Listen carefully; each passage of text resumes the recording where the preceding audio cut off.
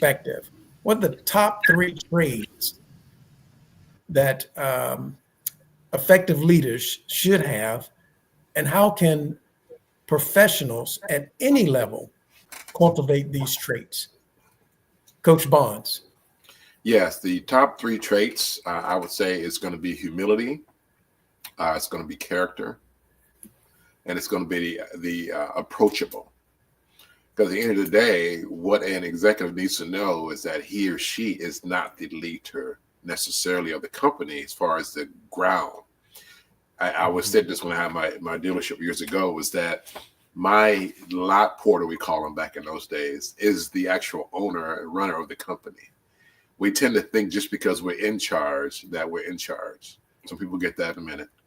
We have to understand is that the people we serve is our employees as an executive of a company. So that character trait has to be understood and more so overstood, that it's about serving people. The higher you go, the more leadership the more you gain, the higher your servant leadership should come into place. And for me, it was an honor to sit back and tell the CEOs the fact of the more you serve, the higher you go, the more you serve. So just really getting them to understand that life is about making sure that you take care of people who are taking care of you. That's the 3 traits to continue to grow your character, because your character is really all you own. All these fancy cars, fancy clothes, fancy suits, all be eaten by moths. So your character is who you actually are. And for me, being nominated and voted since I joined Maxwell team, top 100 of 26,000 coaches twice, was an honor that I didn't see coming. Just getting an email and a letter was like, this is incredible. And at the end of the day, the higher I go, the higher they go, the more servant they need to become. Fantastic. And what about you as far as your perspective, Coach Orville? Again, coming from the education background. Yeah, and especially coming from the education world, I've experienced leadership in many different ways, for myself, but also what I've seen from other leaders. And the 3 things I would say that I've kind of shaped my leadership based on what I've seen and how I've seen people grow. First thing is around empathy.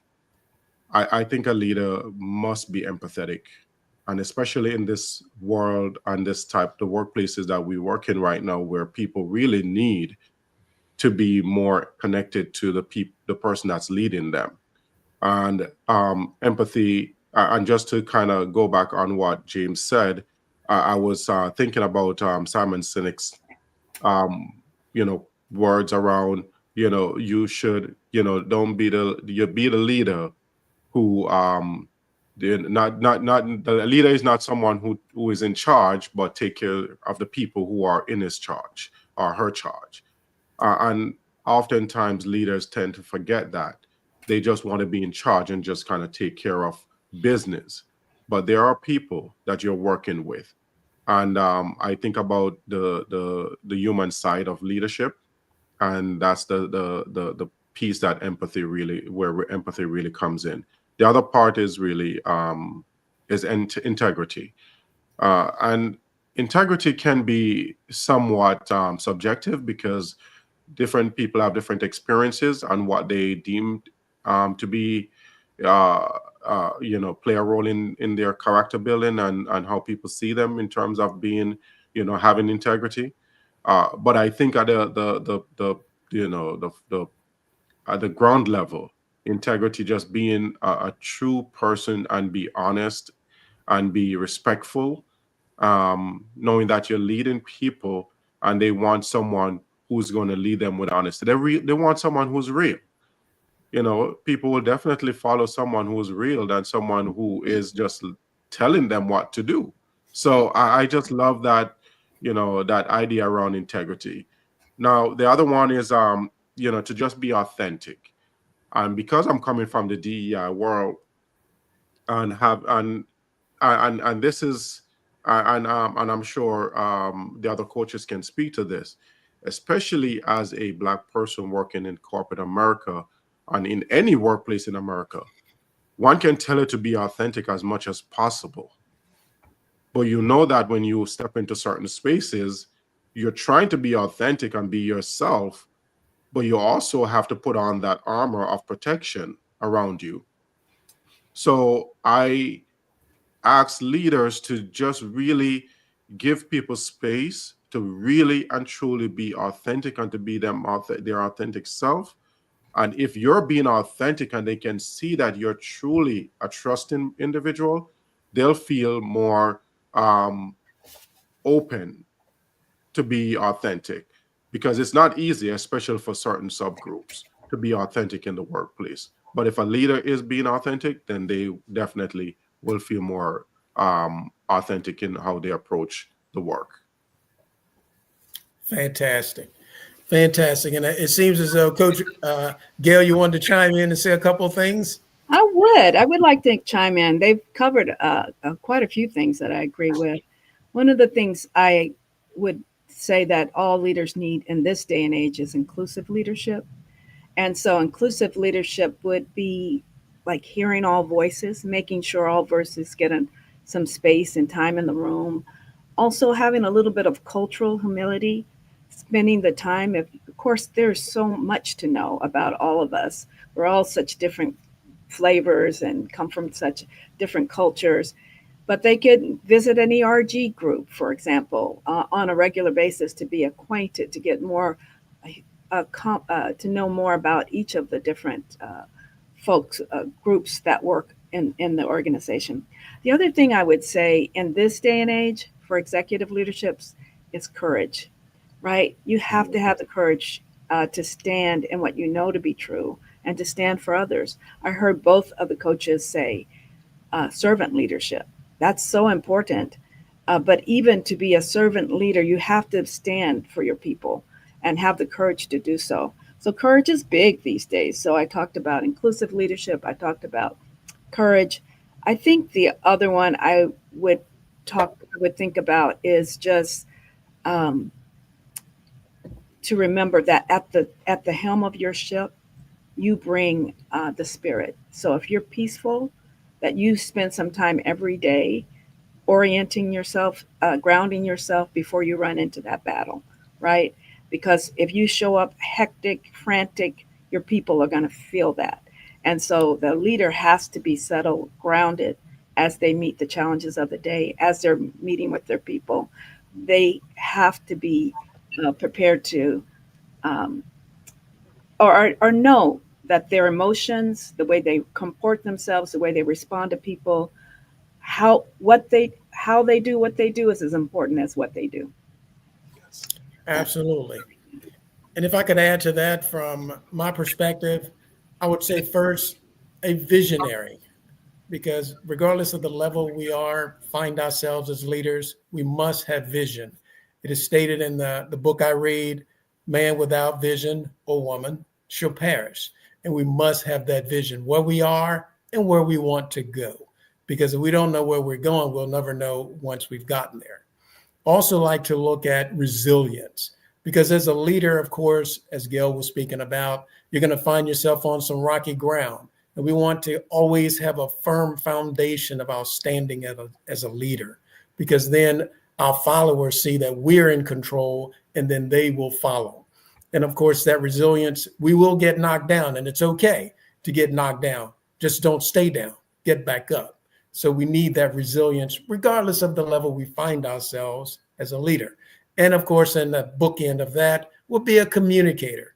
I know that all of us do public speaking, and there are no great leaders who aren't great communicators. So we must be able to communicate our message in a crystal clear manner to our followers. Otherwise, there's chaos. We've all experienced that. So those would be my 3 traits that you can actually incorporate at any level. That's adaptability, resilience, and of course, becoming a great communicator. And as we move along, of course, because there's so many areas that we can speak on as coaches, and all of us have different experiences, like I say, we have almost 100 years here. But one thing for sure, it is said, no matter what happens, there will always be change. And we must adapt to change. So I would say, what advice do you offer to help professionals stay relevant in today's rapid changing market and workforce dynamics? Because it's always changing. We got AI on the scene now. So, and of course, we have all these different platforms when we're looking at social media. So, Coach Oval, how would you approach that as far as staying relevant today with all the changes that are going on? How do you get that across to your clients? Stay close to the fire, stay connected to the people, and stay aware of what their experiences are, because changes can be brutal depending on what's happening, whether it be in the socio-political world that we live in right now, or in the workplace with especially DEI under fire that is being pulled in so many directions. There are leaders who are coming and going. So in terms of helping employees and leaders to really understand what it means to really adapt to change, especially around change leadership, is really to stay close and connected to the people that they serve. My work with in terms of executive coaching and working with leaders is always to kind of get a sense of how connected they are with the people that they serve. Because when there's a change to be made, how are you communicating that? Do they feel like they can trust what you're saying because you've always been open with them? Can they trust you to say, this is why we're moving in this direction? So I think it's just really staying close to the people that you serve and really getting them to understand that you can be trusted when change is coming. Fantastic. And Gayle, what would be your perspective on that? I know you deal with a lot of ladies in regards to change. And like my wife, she liked changing her hair, changing a lot of the decorations around the house, kind of used to change. What would be your approach to that? Well, what I would say is that, change is the only constant in the world, right? Everything is changing. And so it's something we have to get comfortable with. I think in terms of staying abreast of what's coming and so that you're not surprised by it, is to always be, I advocate for my clients as well to be in the know in terms of the research articles I get articles from Korn Ferry. I read articles from Harvard Business Review. I have a Google alert on my Gmail for DEI, so I can stay abreast of what's happening in that world. And so I think part of getting comfortable with the change is just being ahead of it. Keep your eye on the horizon. Don't have your head down like this, because the world is happening out here. So keep your eye on the horizon and try to stay abreast of what's coming, so that you can be prepared and be responsive. As leaders, we need to be prepared and we need to be in the know. The other thing I was going to say about change was that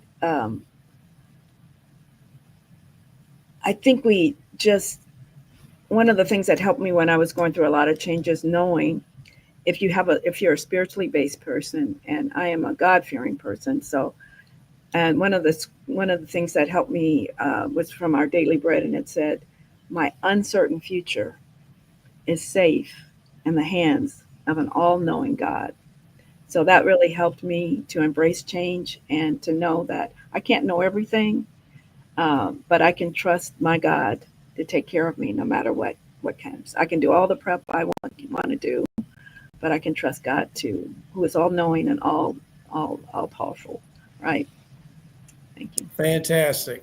I tend to ride that same train as far as staying ahead of the time. And Toyota, the starter or the founder of Toyota Lexus, His philosophy is stay ahead of the times. And again, getting into those different journals and going to different conferences.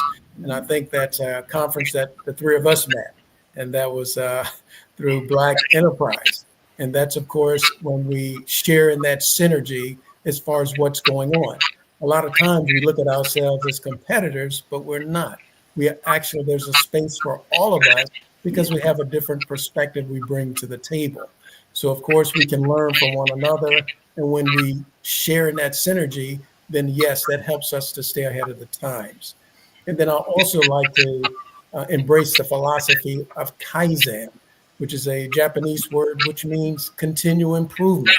So every day, how do I improve by at least 1%? So at the end of the week, I've improved by 7%. And at the end of the month, 30%.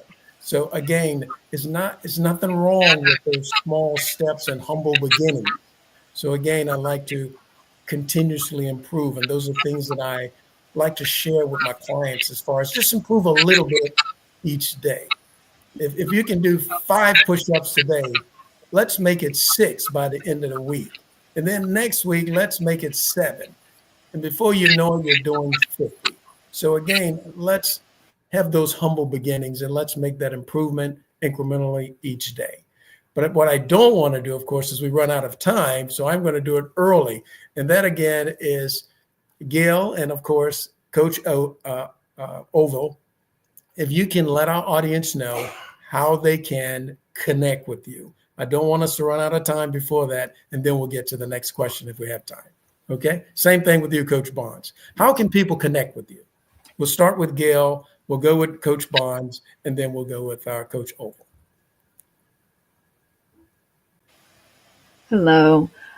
So you can connect me on various social media channels, LinkedIn, Facebook, Instagram, all under either Gayle Guest-Brown. My business name is Guest-Brown Impact. And so my website is guestbrownimpact.com. No spaces, no hyphens, no dots. guestbrownimpact.com. Thank you. And for me, it's Well Driven Life. That's welldrivenlife.com. And again, I'm on James Bond. And 866-775-5233 is a number as well. Wonderful. They can reach me at through my website, ingramedconsultant.com. So that's Ingram, edconsultant.com. Or they can find me on any of the social media website. I'm most active on LinkedIn and on Facebook, but certainly Orville Ingram on LinkedIn, yeah, you'll find me there.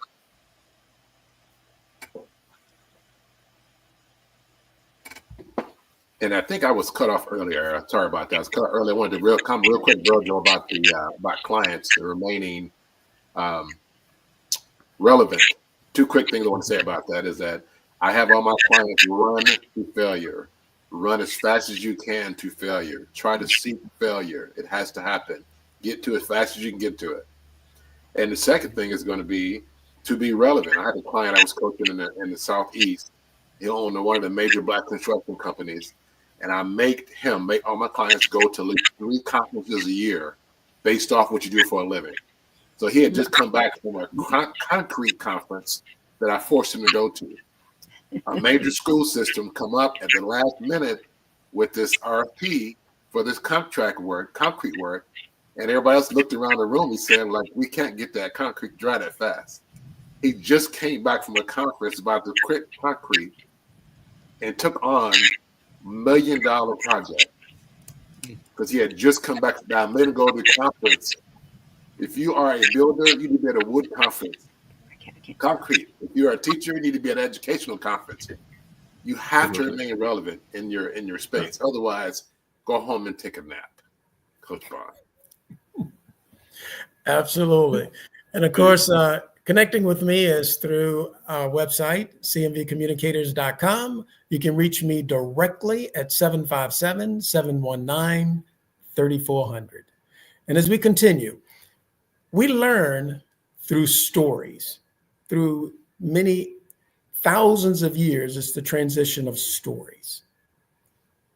Starting with Coach Orville, can you share a memorable success story with a client whose transformation deeply resonated with you? And what key lessons can the other three coaches and our listening audience draw from that journey? Oh, I had a client not so recently, but I think his story resonated with me more than anything else because of the transformation that happened. And when we started on our journey in terms of the coaching engagement, getting to know him by doing all the assessments and just kind of like talking through things, I realized that he has been through a lot. He has been through a lot. And the focus was on him just being more disciplined. He wanted to be able to be disciplined in whatever, task he was taking on. But sometimes I find that clients come wanting to take care of a certain thing, and it's more on the professional side. And when you dig deeper, you realize that sometimes it's more the personal side that's really affecting the professional side, and they're using the professional side as a cop out, so to speak. So we ended up having more conversation about his personal journey, and recognized that this was a young man who had gone through the prison system, who had experienced some really brutal things during that time. Came out, wanted to transform his life, get married, have a child. But what he did not do was really address the trauma that he experienced, and brought all of that into his relationship, into his work, and with the hope that he would just get through it because he has been released. So we had to go through a lot of conversation around, what he needed to do, not only to be more disciplined in the task that he was taking on, but to really address the trauma that he experienced. So I coached with someone else who was more therapeutic to ensure that he was getting that therapeutic help, as well as the executive coaching that he wanted, that he came for. But coming through me, he was able to really tap into what was really the issue. And during that time, he really made a great deal of change and transformation. And in fact, he has come to the realization that, and it just so happened that one day we were in a coaching session and he just say, "Hey, Orville, I want to do what you do." And I'm like, "What?" He's like, "I want to do what you do." I said, "What does that mean?" I said, I want to coach, and I want to coach men who have been recently released from prison." And we went through that conversation. I was just shocked by the fact that he just he saw what I did and with him, and he felt like, I want to do this for others. And he's went through the John Maxwell leadership team. He got certified, and he is now a life coach working with men who have been recently released from prison. So I love the transformation, and I love to know that folks are really taking this in. But you go in with the hope that you're doing the work because it's the work that you do. You just never know how people are going to transform and how they will transform other people's lives. So I love that. I really, love his story. And every time I get a chance to talk to him and to check in with him, I go back to, wow, I see the transformation. Oh, fantastic. And Gayle, any stories or success stories, transit resonates with you that you could share that we can glean some information from and help Yeah. out the audience? Yeah, thank you so much for asking that question. One of my recent clients came to mind, and I want you to know I work with some brilliant people, brilliant women, right? But all of us are dealing sometimes with some internal messages that we're telling ourselves. They're old they're old stories from childhood, but they're still in our head.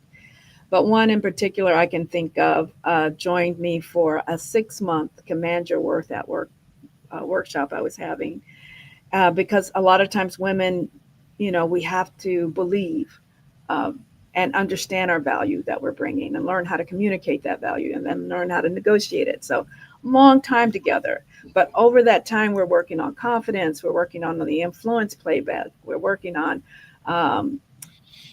helping them to communicate better. And so after going through 6 months of that, this particular person was my hardest person to reach, often missing classes. I have to reach back out to her and follow up. But I'm going to tell you, she took that in. At the end of this session, we get professional headshots, right? We get professional shots. She did that. She wasn't feeling like she was ready to do that. She wanted to lose some more weight, but she did it anyway. And then next thing I know, she's blowing up on LinkedIn. She's gotten her professional headshots out there. She's written that book that she had been telling herself that could never happen. She negotiated for a job at Raise. She raised her salary like 40%.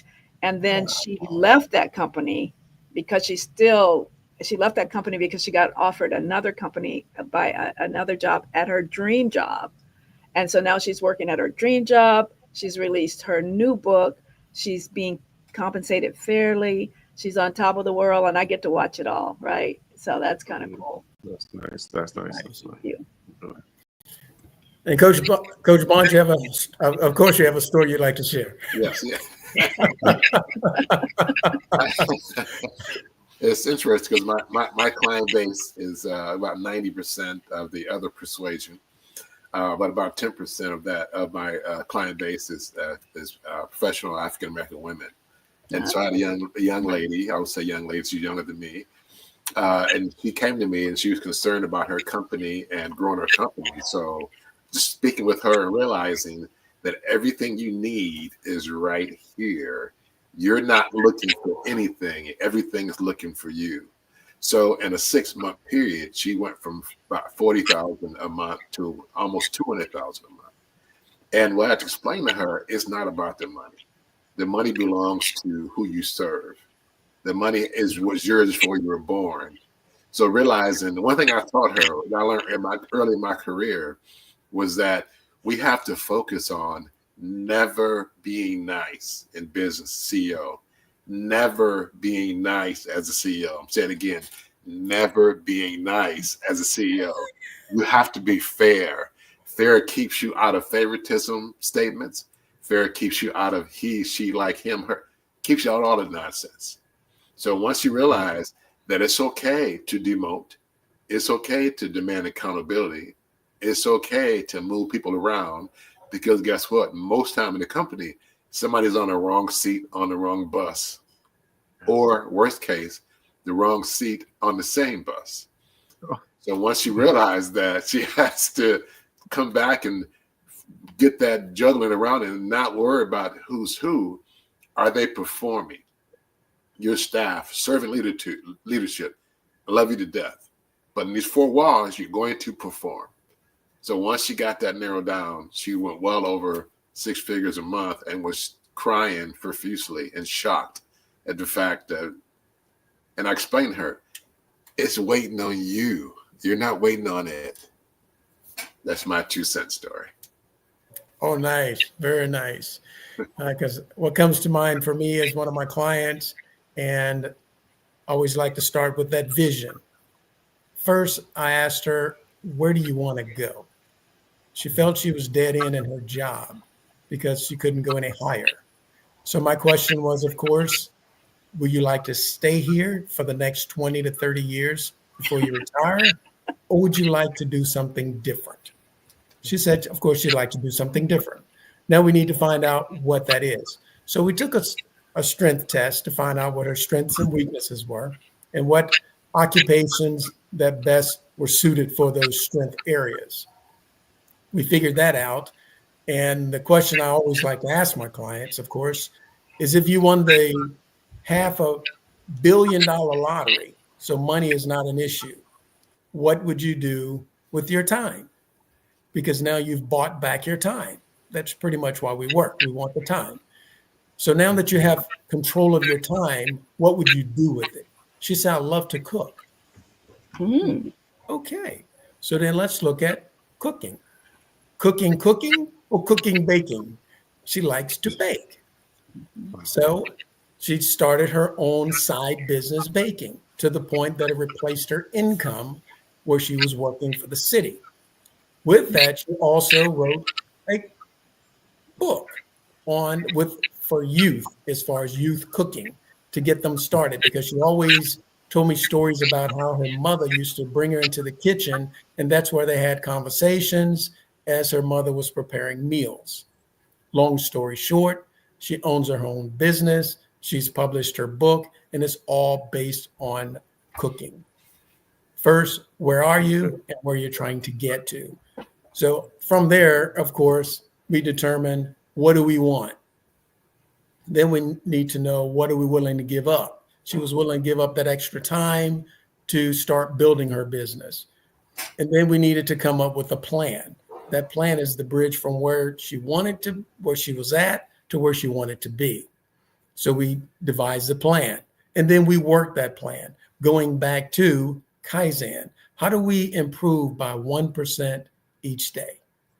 So on that plan, we concentrated on one thing per day, to the point that she was able to make that transition. And then, of course, as Coach Bonds was speaking about, we want that association where we're going to those conferences. Again, the way the three of us met. We want to go to those conferences and those learning institutions and bringing in as much information as possible, like Gayle was speaking about, in regards to becoming the experts in our field. When I think of that word, even expert, I think about the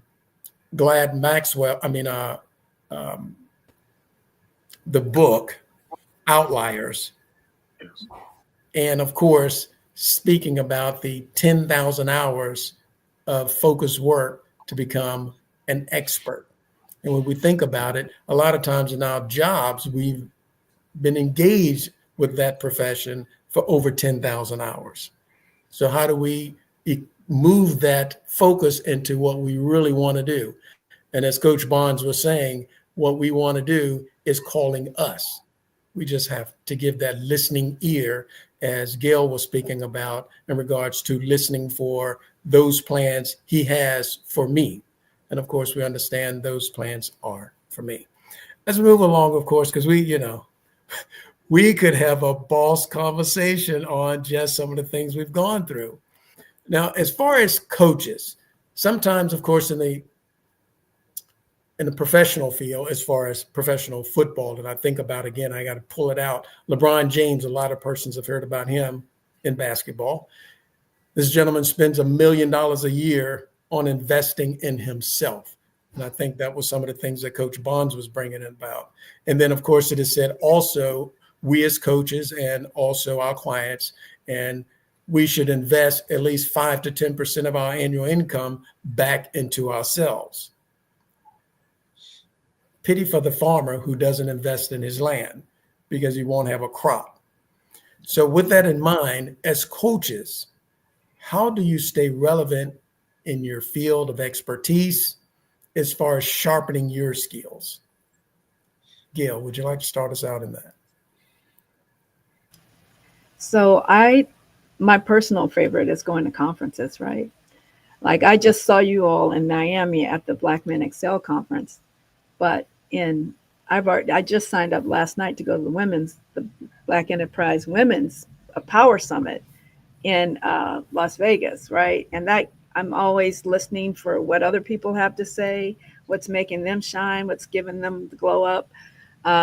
And that's quite an investment. The women's conference is almost 3 times as much as the men's conference is. And you really have to think, okay, is this worth my time? But it's one of the, because I'm an extrovert as well. So it's one of the things, being around other people gives me energy and keeps me motivated. I would have met Virgil. Look at this, right? So, I mean, you meet some awesome people when you reach outside, and he's on the East Coast. Where would we have run into each other, right? If I hadn't been at that conference. So I like conferences. I like to read, so I'm listening for all of the Google alerts I have for leadership, for DEI. So a fair amount of reading, but also I like to I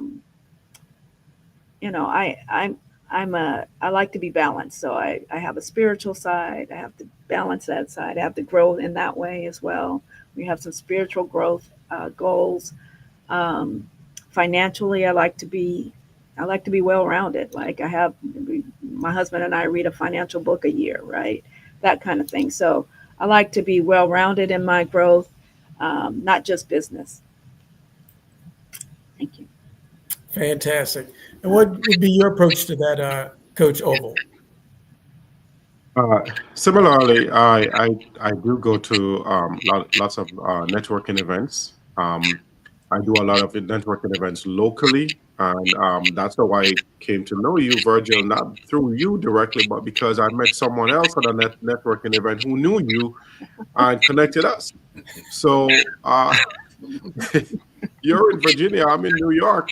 I Right? don't know how, but just by networking and connecting with folks, even locally, is an opportunity to just stay sharp and to just know what's going on. Having the conversation and kind of sharpening your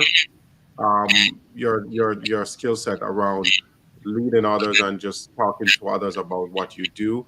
It sharpens you. So I have that opportunity to really connect with folks in my local area.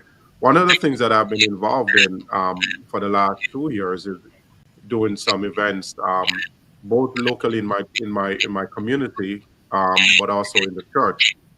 So I also, you know, just to give back to the community I hosted last spring just a networking event, just a business networking event locally, and a lot of folks came out, and that is totally different from the chamber event.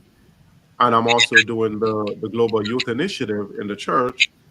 I try to do it as consistently as possible every spring and every fall to make sure that I also give back to the community.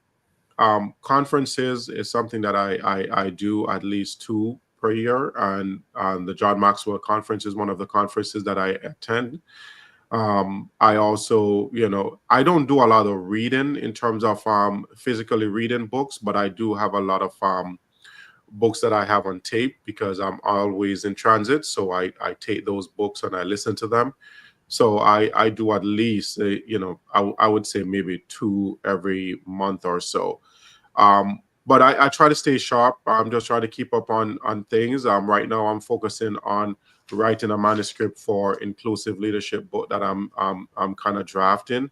So I'm working on that. So with that, I need to do research and to keep up with the change in time. So I'm constantly trying to get to know what's happening in around leadership and especially in DEI. So just staying sharp and just staying focused and connecting with people. Wow, that's awesome. Well, Virgil, Gayle, James Bond, that is, and Orville, I want to thank you so much for this amazing discussion that you've all shared in this time frame. We needed to hear all of these things. So I just want to say thank you for sharing how people can connect with you. We look forward to everyone around the world connecting with you to really hone in on your genius. We know that genius is coming, and we'll see you on the other side. Thank you again.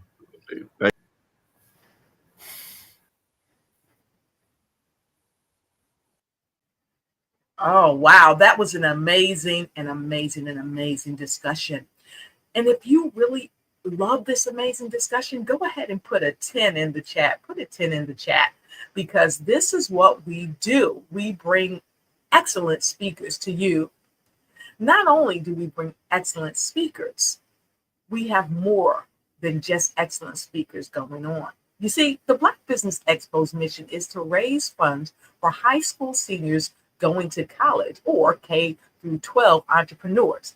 This expo is a fundraiser for students, and you may go to www.blackbusinessexpousa.com to donate to the scholarship fund. Or you can use the Cash App that's on the screen below. You'll see it. And you can also contact $BBXUSA. That's $BBXUSA. Our goal is to give laptops and up to $5,000 to 10 students. Students, you can also register online at www.blackbusinessexpousa.com. Every dollar counts. So we want to remind you to go ahead and donate to the scholarship fund. And we want to thank our Black Business Expo USA sponsors for our wonderful broadcast during the month of November.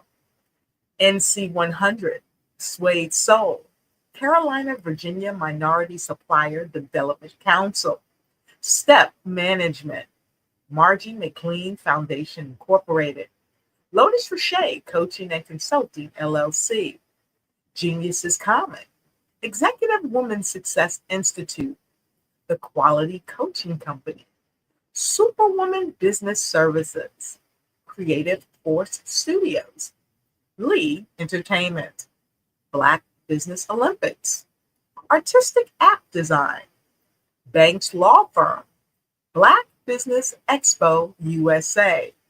Genius is Common, and I'll see you on the other side.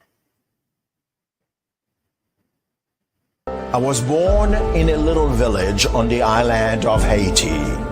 Many deadly diseases pounded me. It is as if they were on a mission to end my existence on this earth. I refused to give up. In 1983, I left Haiti and came to the United States of America. And I came with $5, 2 shirts. I didn't speak any English. I came to Atlanta. I got a job. I was a doorman. I was a doorman with a dream. What I used to come on stage. I'd rehearse this moment that I'm standing in front of you. That's the power of a dream. Maybe today is the day you begin acting as if you already have it. And then step out with full force. Take a risk. No condition is permanent. Don't let your situation distract you. You are chosen. You are called. You are born for a purpose in this life.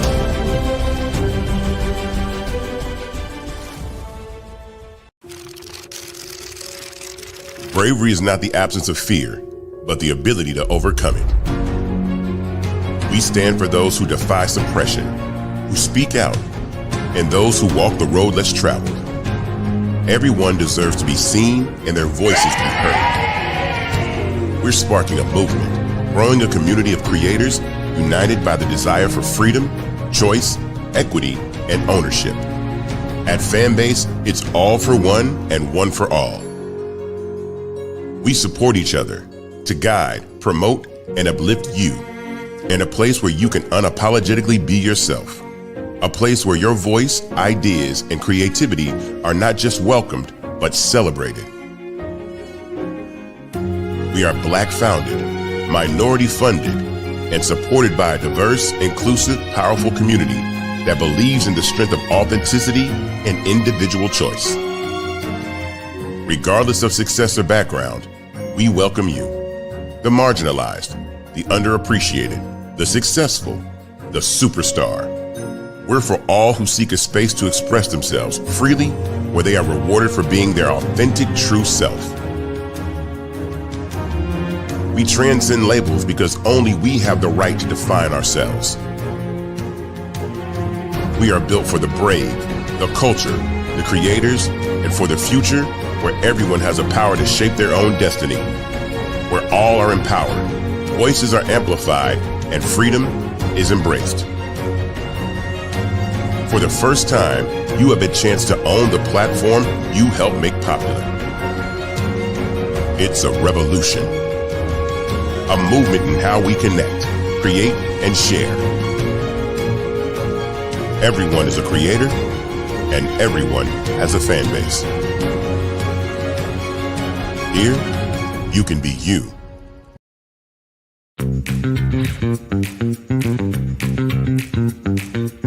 It's time for you to start bossing in social media. For all your social media needs, you come to the right place at the right time to get your website designed, landing page, social media platforms, and get the training you need to get in front of the people that's ready to buy your products and services. Let me train you with StreamYard, Zoom, Clubhouse, and much more. And let me help you get your virtual professionals, not assistants, because assistants can only assist you, but the virtual professionals can give you that professional flavor that you need to expand your reach and increase your revenue. Jump on in and get in where you fit in and start bossing today.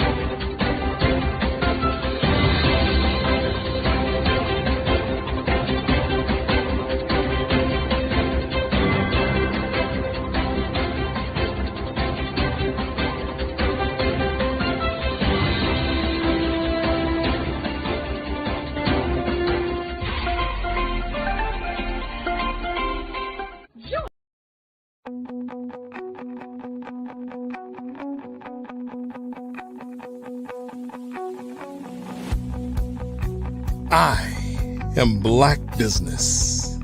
From the moment I wake until the time I sleep. Yes, I am Black business. I am Black business. Tell me, are you Black business? I am Black business. Do you support Black businesses? Listen, I support Black business because I am Black business. Black Business Expo, one of the largest business showcases in the history of Black business in the world. The world. Sign up today at www.blackbusinessexpousa.com or call 919-308-9090. I am Black business.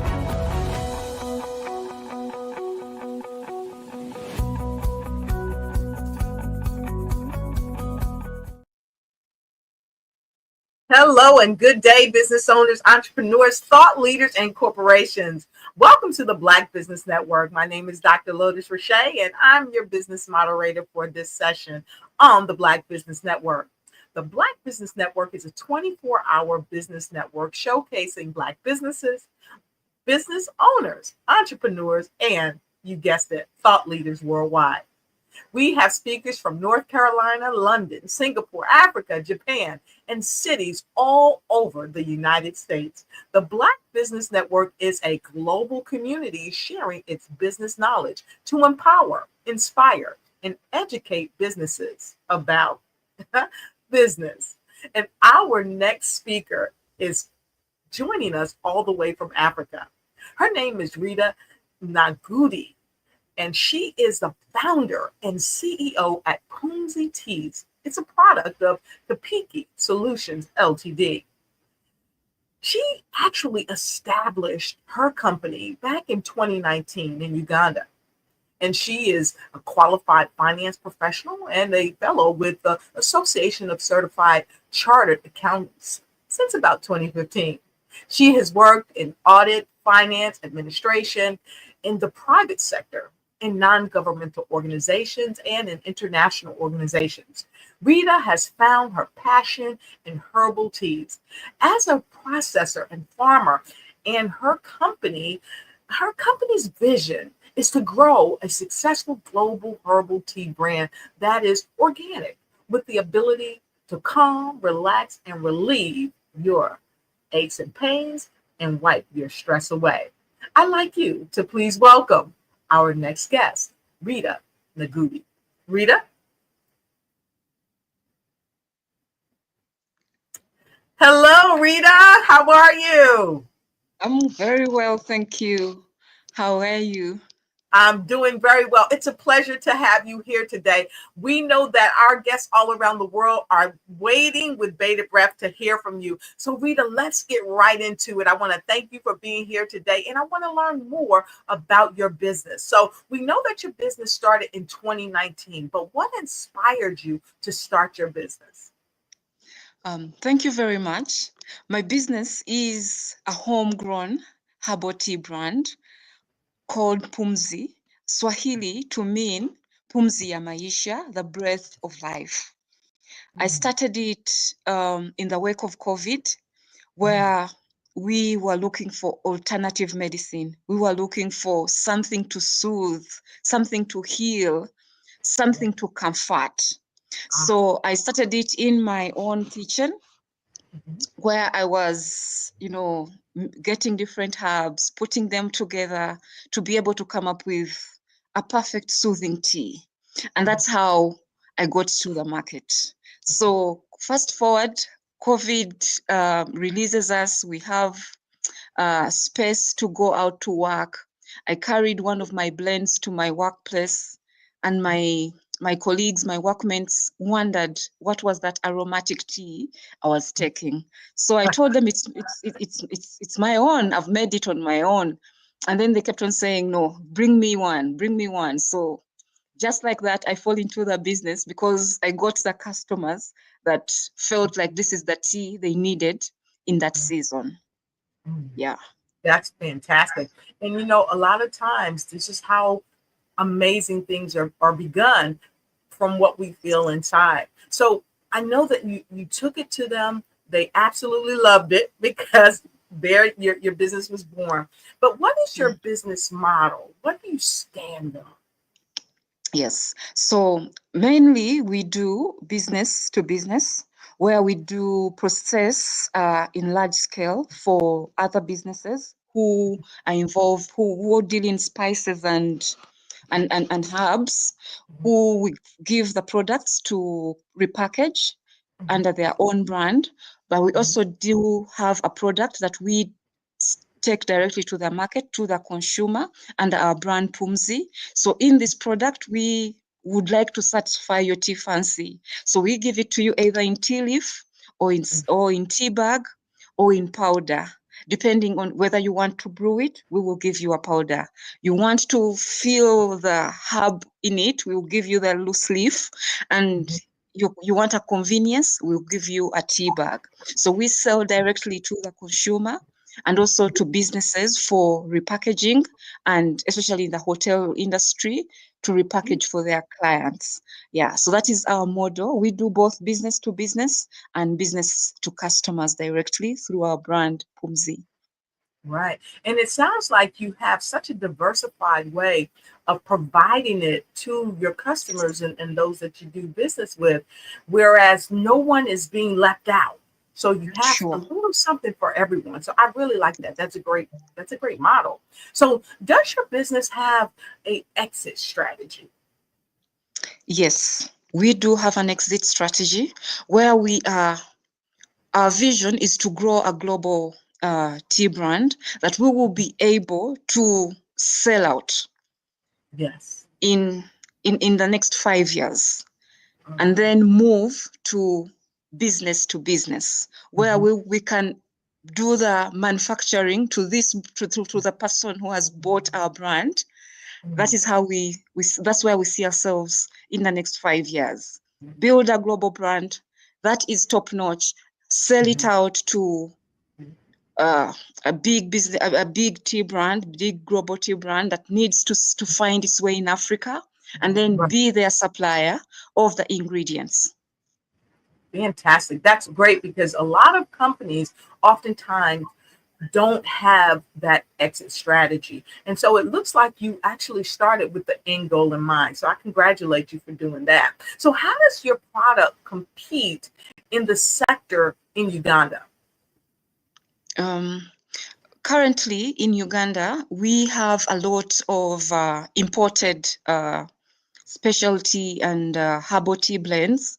So what we have done is to position ourselves as a local brand that is homegrown.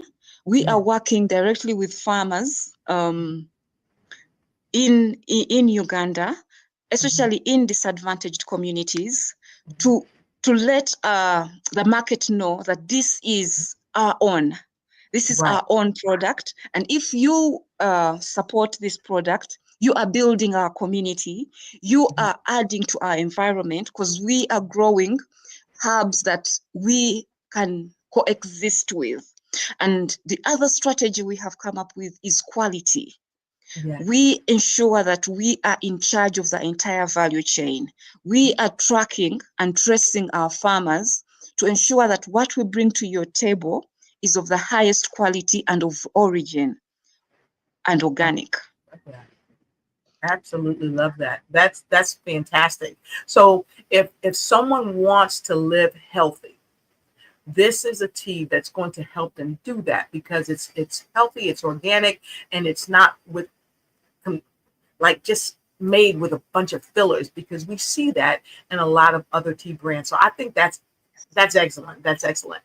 As a tea drinker myself, I'm always looking for healthy teas that don't have a lot of additives in it that aren't good for the body. So that's magnificent. So let's talk about your target market. Who is your target market? We are looking at a health cautious tea enthusiast who is looking for a healthy alternative to a healthy beverage that is not only going to give you the pleasure of taking a tea, but also is giving you, it's packed with health, with the health benefits. So we are looking at that, that mother, that father, that youth that is saying, I'm done with cocaine, caffeine, I'm done with artificial sugars. I would like to take responsibility of my life, and I would like to take a healthy alternative. So we are targeting you. All right. And and we say that for every sip that you will take, it is a sip of life. It is a breath of life. That's the name Pumzi. That's wonderful. That's wonderful. And that's what many of us around the world are trying to do, have more of a quality of life. So that's fantastic. So where is your business located, and how can one access your products? We are located in Uganda, that is Africa, East Africa. We are in Kampala, at the capital city. We are also in the outskirts. We work with different farmers, but we have an online presence. We have a website that's pumziteas.com.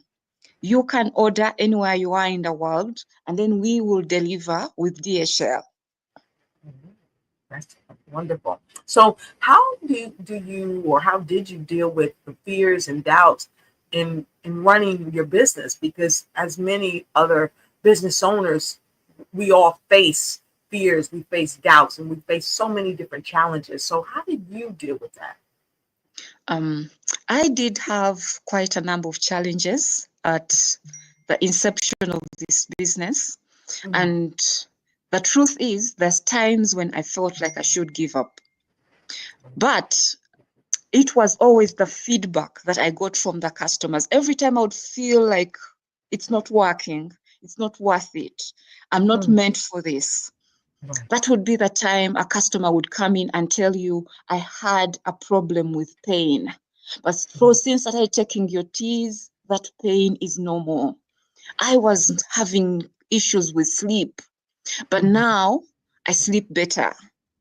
So for me, that made me realize that it's not just a business, but I am solving a problem. I am helping people to get their health back. And that feedback accelerated my faith and my determination to make this business work.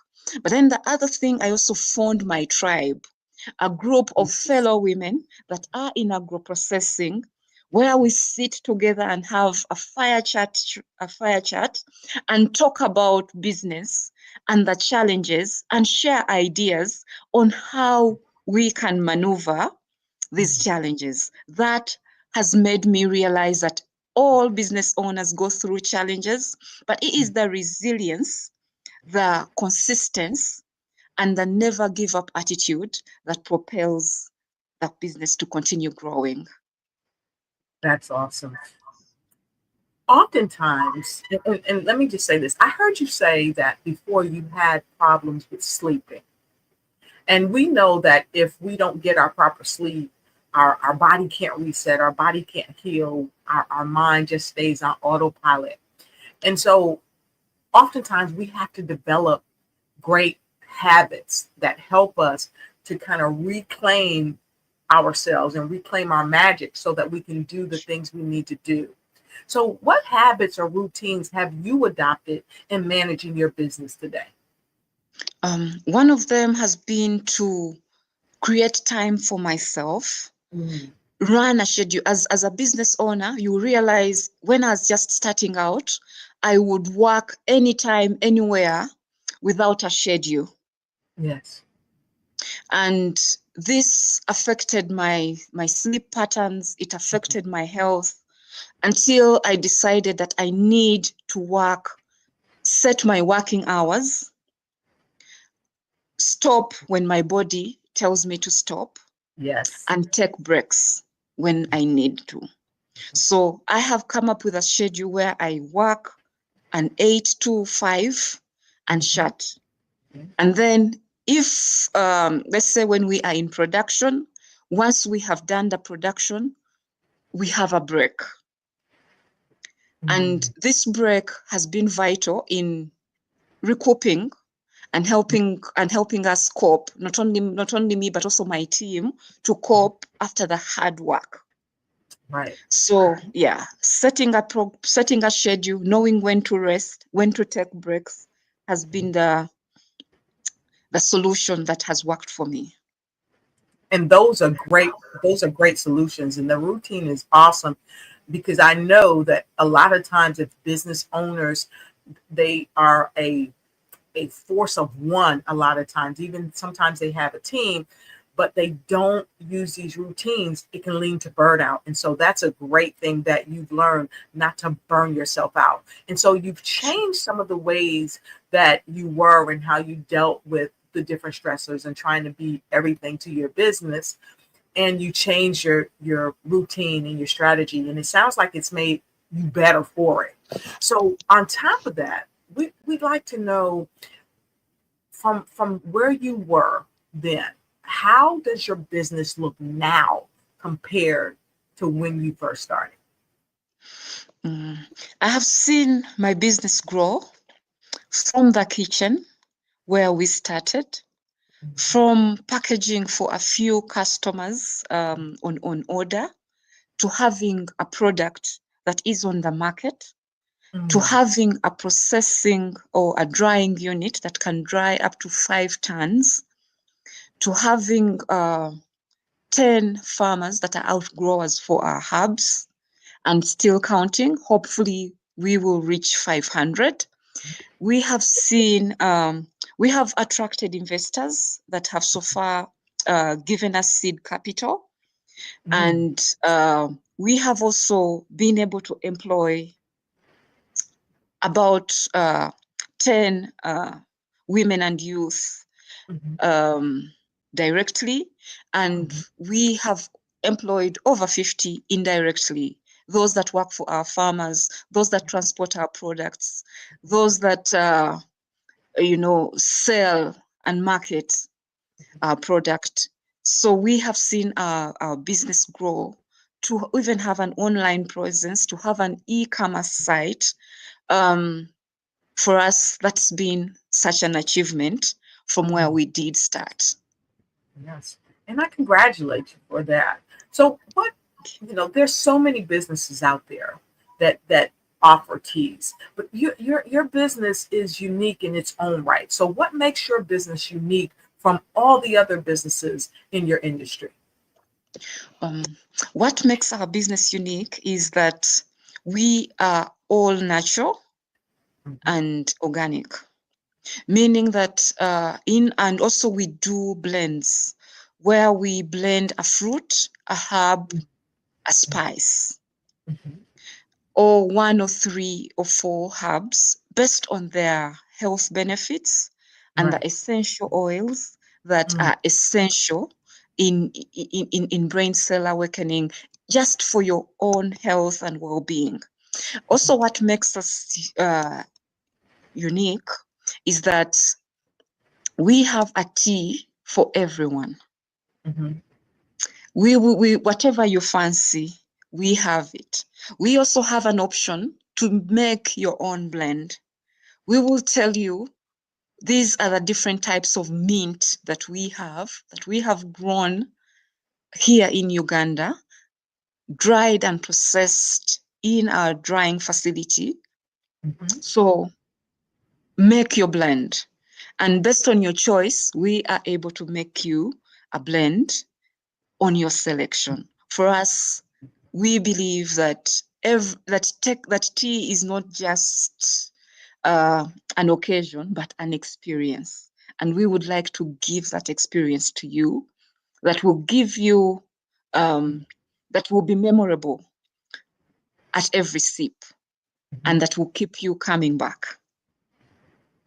Right. I absolutely like that.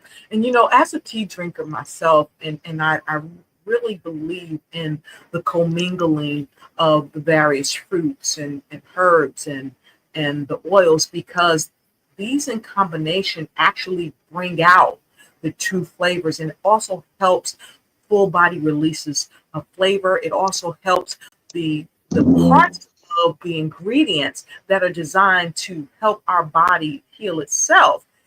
A lot of times these ingredients cause it to be more powerful and help our bodies experience a greater healing in a short amount of time, which is often sustainable, especially for people that drink tea on a regular basis. So I really like what you shared with that. As a tea drinker, that means a lot. That means a lot. So how did you penetrate the market with your brand new product? Okay, so one of the things that I did was mainly referral, word of mouth. Yes. Having had my first customers test the product I had worked with to my workplace, they became my ambassadors to tell their family and relatives and friends about this specialty they had taken. And this word of mouth helped me to slowly but progressively get into the market. The other thing that I did was to go to do a lot of sampling and testing events. For every time there would be an expo, I would carry a boiler, teacups, a strainer, and give people to test. You had everything. Give them an experience. Yes. Have a tea bag they could carry home. And that has my contact, that has my details. Yes. And after they had experienced, they would call and make their order. Right. So Yeah. you said some key components.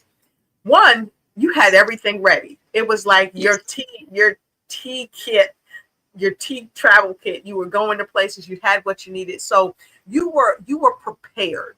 One, I heard, this is what I'm hearing you say. But also, two, you didn't just give them a tea, you gave them an experience. And that's amazing. And so we know that you also said that you took your time. It was a slow process and you did a lot of research. And so with research, with taking your time, there also comes sometimes a level of challenge, stagnation, and or failure. So can you share with us if you did have any experience with failure and how did you overcome that? Oh, failure I have experienced so many times. One of them has been getting onto the market. People are warming up to my product. The orders are coming in.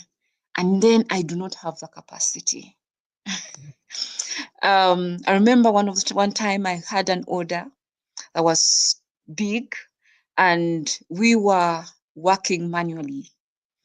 I remember we worked until midnight. We burnt the midnight oil until morning.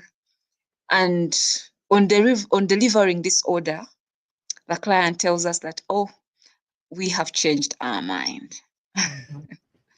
So this was really a challenge and a lesson where moving forward, we realized that we need to have things formalized. Give us a purchase order, make a deposit, have some sort of confirmation before we get into a bulk order. Otherwise, you can easily lose money and resources. Yeah. Exactly. So with every challenge that we have faced, that I have faced as a business owner, I have sat back to analyze, where did we go wrong? What can we do better? How do we mitigate it in the future, but it does not happen again? So that is how we have been able to move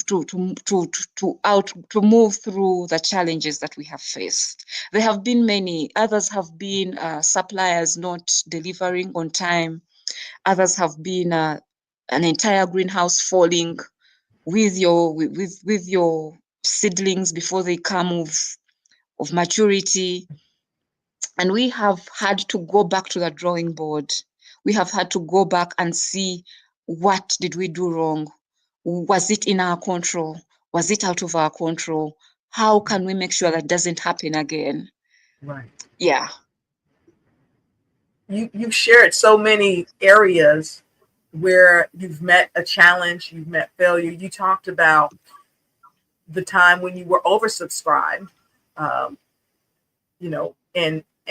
when you were oversubscribed, you didn't have what you needed to fulfill the orders. You also talked about the fact that people contacted you, they made an order, you did what you were supposed to do, they didn't come pick it up. So now you've invested so much money into it, but you didn't get to reap it. So it made you say, hey, I need to have my contracts, my paperwork in place so that this does not happen. So you really learned through all of these experiences, and it helped to enhance your business. And I absolutely love that. And I see chemistry, growth mindset, transformational coaching and consulting on the line with us. Hello, I hope you're enjoying this.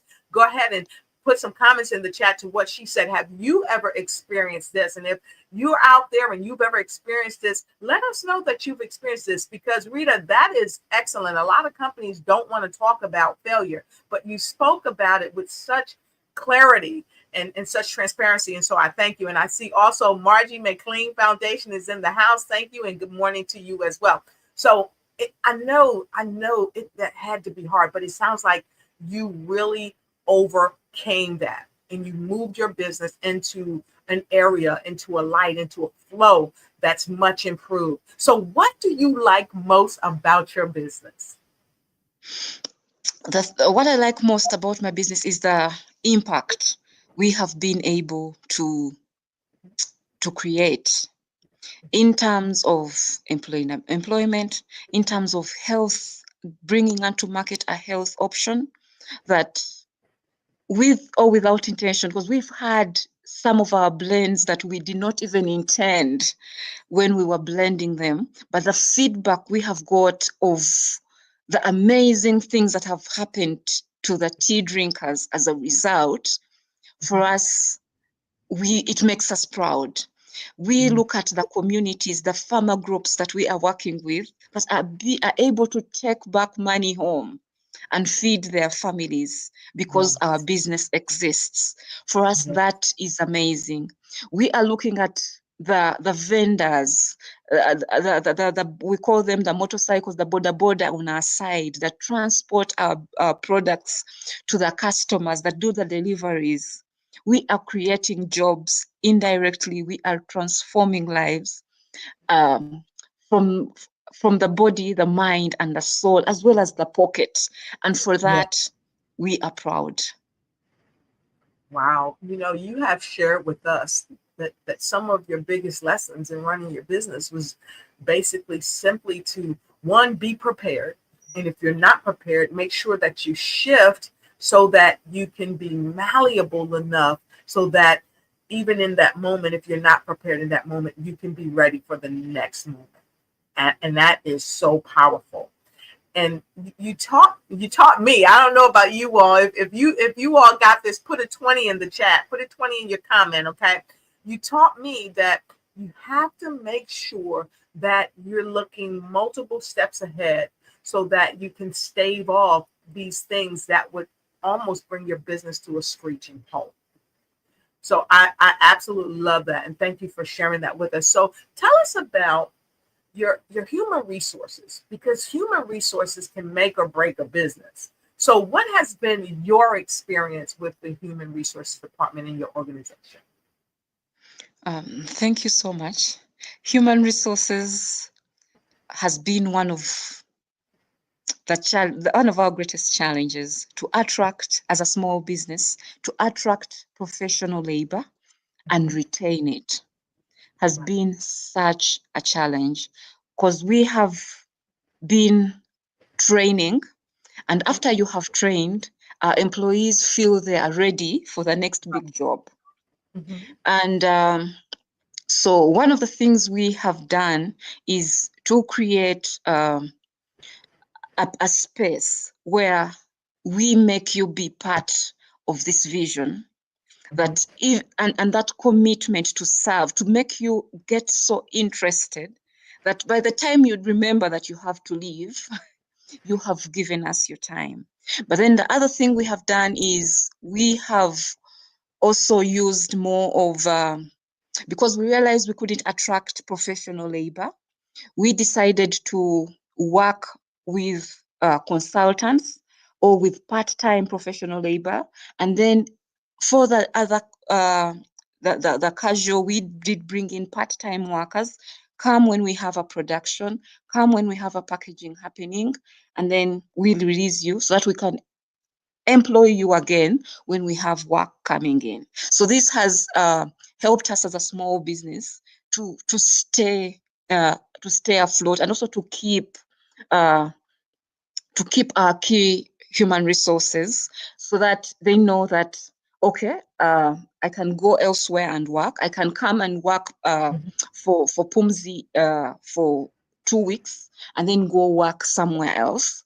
And this has given us such an edge that we are able to have qualified professionals work for us in a season, and then they are able to be released to bigger contracts when we are out of season. Okay, wow. So it seems like you have really narrowed that down. You've got that to you've kind of massaged it so that you're prepared, you're ready. And I know that you said that was one of the hardest parts of the business, is the resource, human resource. So many of our viewers out there are business owners, and some of you may have experienced the human resources. So I hope that you're taking notes, because you can do something very similar, if not the same, to help enhance your business. And as we talk about that, many of us have digital footprints. So tell us what your business digital print is. Yes, we have made our presence by writing and being active on social media. We do write a lot about tea. We do post a lot about tea.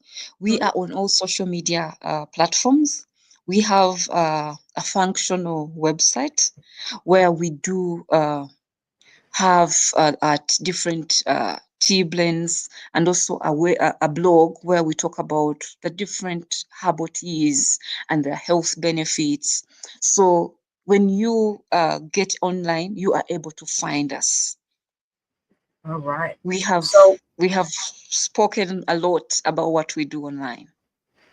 Okay, fantastic. So listen, I just I just have had such a delightful time, Rita. You have been an amazing guest.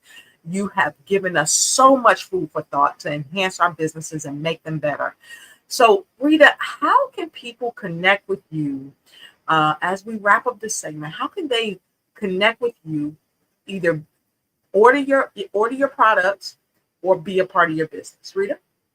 Yes, you can connect with us through our website, www.pumziteas.com. We are also on LinkedIn as Pumzi Teas. We are on X as Pumzi Haboti, on Instagram as Pumzi Haboti, and on Facebook as Pumzi Haboti. Fantastic. We can also be, our contacts are online. Okay. Fantastic. And I'm definitely going to be contacting you because I need some Pumzi tea. So, Rita, thank you again for being here. We appreciate you and look forward to bringing you back. And we know that this is coming. And I'll see you on the other side. Thank you, Rita. Sure. Thank you. Bye. Thank you.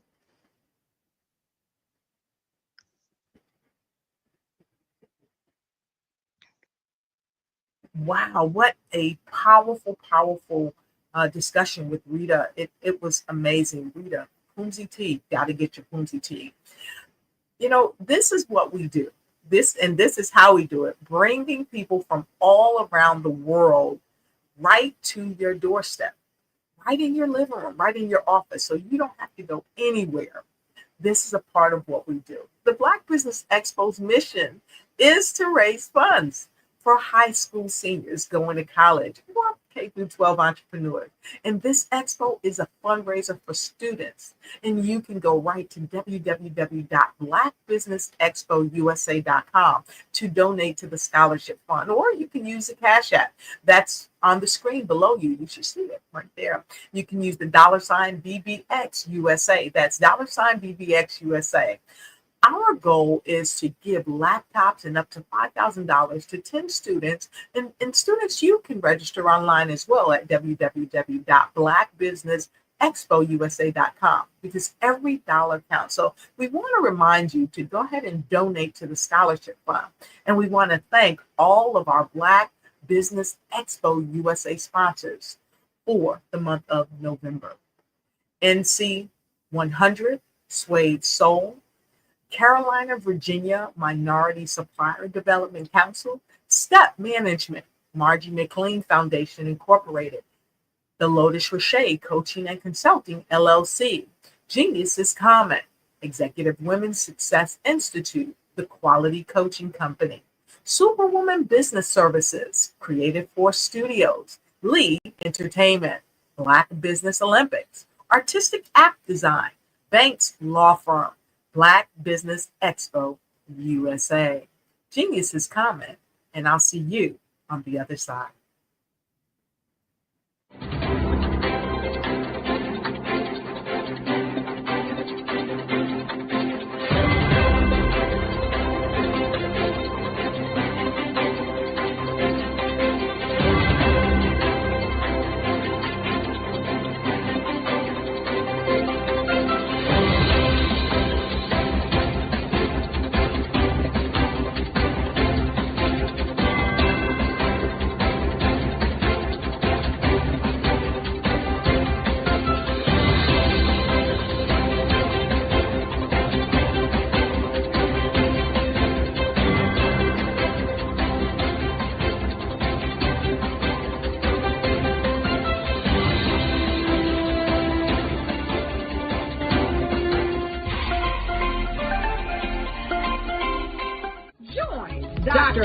Kelly III and a host of phenomenal speakers from all around the globe for this 7-day virtual event that you don't want to miss. The mission of the Black Business Expo is to raise scholarship money from kids all the way from high school, all the way from college. The Black Business Olympics is one of the largest Black business showcases in the world. It is an opportunity for businesses and companies to showcase their businesses globally. We are going to be giving away laptops up to $5,000 away to students. Again, I'm Olivia Appleberry, the founder of 2 Cents Finance and one of the speakers for the expo. I am so excited to see you there. For more info, go to www.blackbusinessexpousa.com or call 919-308-9090 and hope to see you there. I am Black business. From the moment I wake until the time I sleep. Yes, I am Black business. I am Black business. Tell me, are you Black business? I am Black business. Do you support Black businesses? Listen, I support Black business because I am Black business. Black Business Expo, one of the largest business showcases in the history of Black business in the world. The world! Sign up today at www.blackbusinessexpousa.com or call 919-308-9090. I am Black business. I am Black business. From the moment I wake until the time I sleep, I am Black business. I am Black business. Are you Black business? I am Black business. Do you support Black businesses? I support Black business because I am Black business.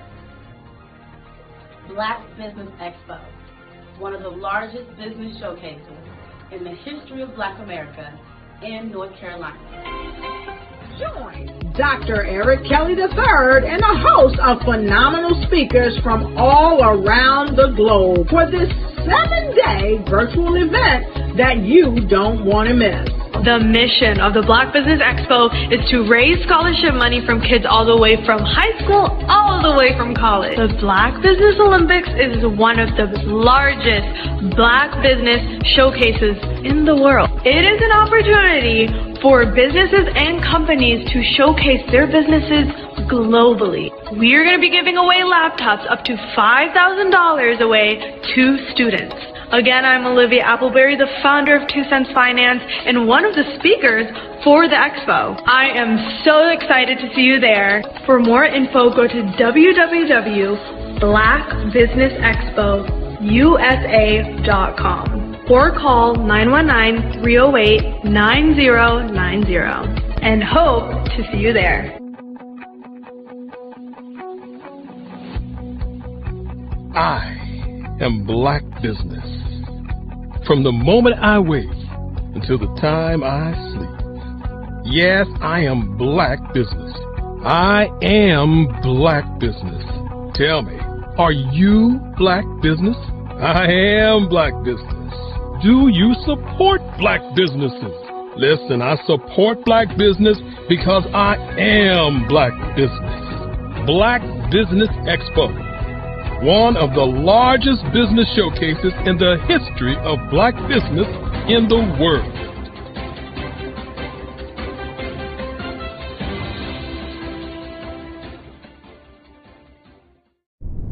Hello, I am Dr. Eric Kelly III, the visionary strategist and founder of the Black Business Olympics. I invite you to showcase your Black-owned businesses on the Black Business Network global stage. The Black Business Olympics is a global Black business network platform that propels Black-owned businesses into the international spotlight. By showcasing your business on the Black Business Olympics platform, you can reach a worldwide audience of potential customers, partners, and investors. You can also establish yourself as a thought leader and expert in your field, attract lucrative partnerships, and more speaking engagements. In addition, the Black Business Olympics platform provides a valuable opportunity to connect and collaborate with like-minded entrepreneurs and business professionals from around the world. This can lead to new business opportunities, ideas, and relationships. Finally, By sharing your story and expertise on the Black Business Olympics platform, you can inspire and empower others. This is a powerful way to make a positive impact on the world and leave a lasting legacy. If you are a Black-owned business owner, I encourage you to seize the opportunity to showcase your business on the Black Business Olympics platform. It is a once-in-a-lifetime opportunity to make an indelible mark on the world. Be one of the 1,000 visionary entrepreneurs who are changing students' lives, shaping industries, and leaving an unforgettable legacy for their families. Unleash your voice on our global stage and watch your business thrive. Black Business Olympics is one of the largest Black business showcases in the history of Black business in the world. Yes, the entire world. Just give me a call today at 919-308-9090.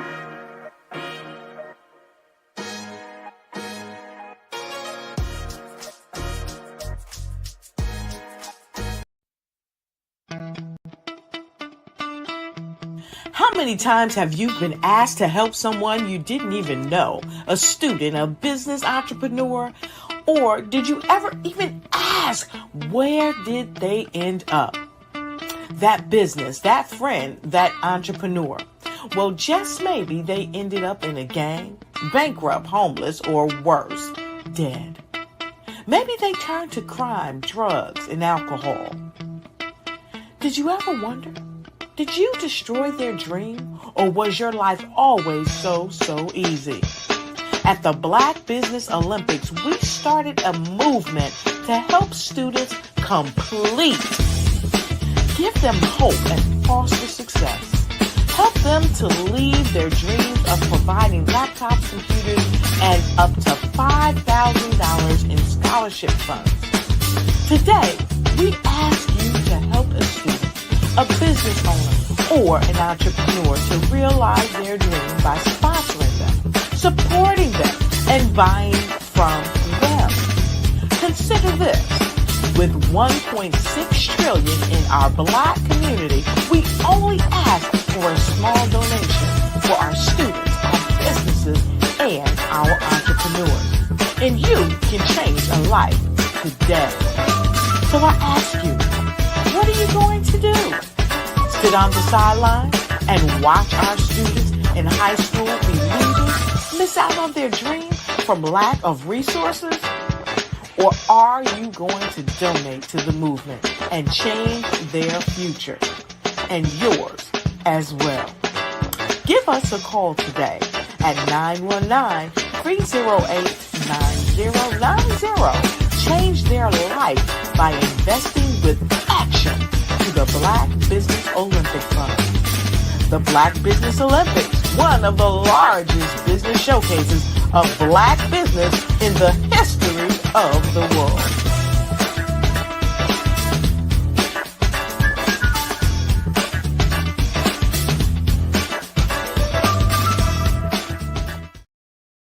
I was born in a little village on the island of Haiti. Many deadly diseases pounded me. It is as if they were on a mission to end my existence on this earth. I refused to give up. In 1983, I left Haiti and came to the United States of America. And I came with $5, 2 shirts. I didn't speak in English. I came to Atlanta. I got a job. I was a doorman. I was a doorman with a dream. What I used to come on stage. I'd rehearse this moment that I'm standing in front of you. That's the power of a dream. Maybe today is the day you begin acting as if you already have it. And then step out with full force. Take a risk. No condition is permanent. Don't let your situation distract you. You are chosen. You are called. You are born for a purpose in this life.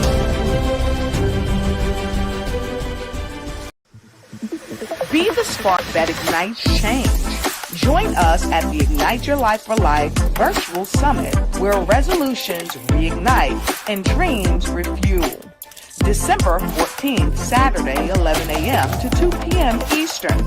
It's an unforgettable day of growth and transformation with outstanding speakers that will grace the Ignite's global stage. Tiffany Williams-Para, Sherelle B. Mims, Aaron Page, Shirley Murphy, Dr. Lavella Mowbray, Brian K. McNeil, hosted by Dr. Lotus Richey, and co-host Coach Chuck. Don't miss this space to reset, recharge, and reclaim your dreams, and to head into the new year stronger, wiser, and more connected than ever before. Click the link in the description and grab your tickets today.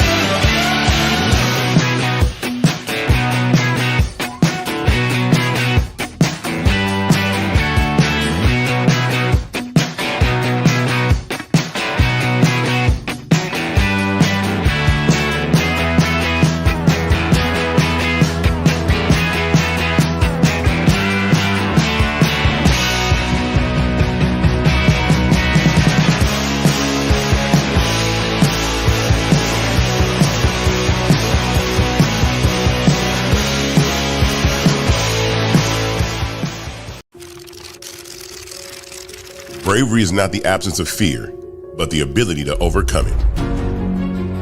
We stand for those who defy suppression, who speak out, and those who walk the road less traveled. Everyone deserves to be seen and their voices to be heard. We're sparking a movement, growing a community of creators united by the desire for freedom, choice, equity, and ownership. At Fanbase, it's all for one and one for all. We support each other to guide, promote, and uplift you in a place where you can unapologetically be yourself. A place where your voice, ideas, and creativity are not just welcomed, but celebrated. We are Black founded, minority funded, and supported by a diverse, inclusive, powerful community that believes in the strength of authenticity and individual choice. Regardless of success or background, we welcome you, the marginalized, the underappreciated, the successful, the superstar. We're for all who seek a space to express themselves freely, where they are rewarded for being their authentic, true self. We transcend labels because only we have the right to define ourselves. We are built for the brave, the culture, the creators, and for the future where everyone has a power to shape their own destiny, where all are empowered, voices are amplified, and freedom is embraced. For the first time, you have a chance to own the platform you helped make popular. It's a revolution, a movement in how we connect, create, and share. Everyone is a creator, and everyone has a fan base. Here, you can be you without limits.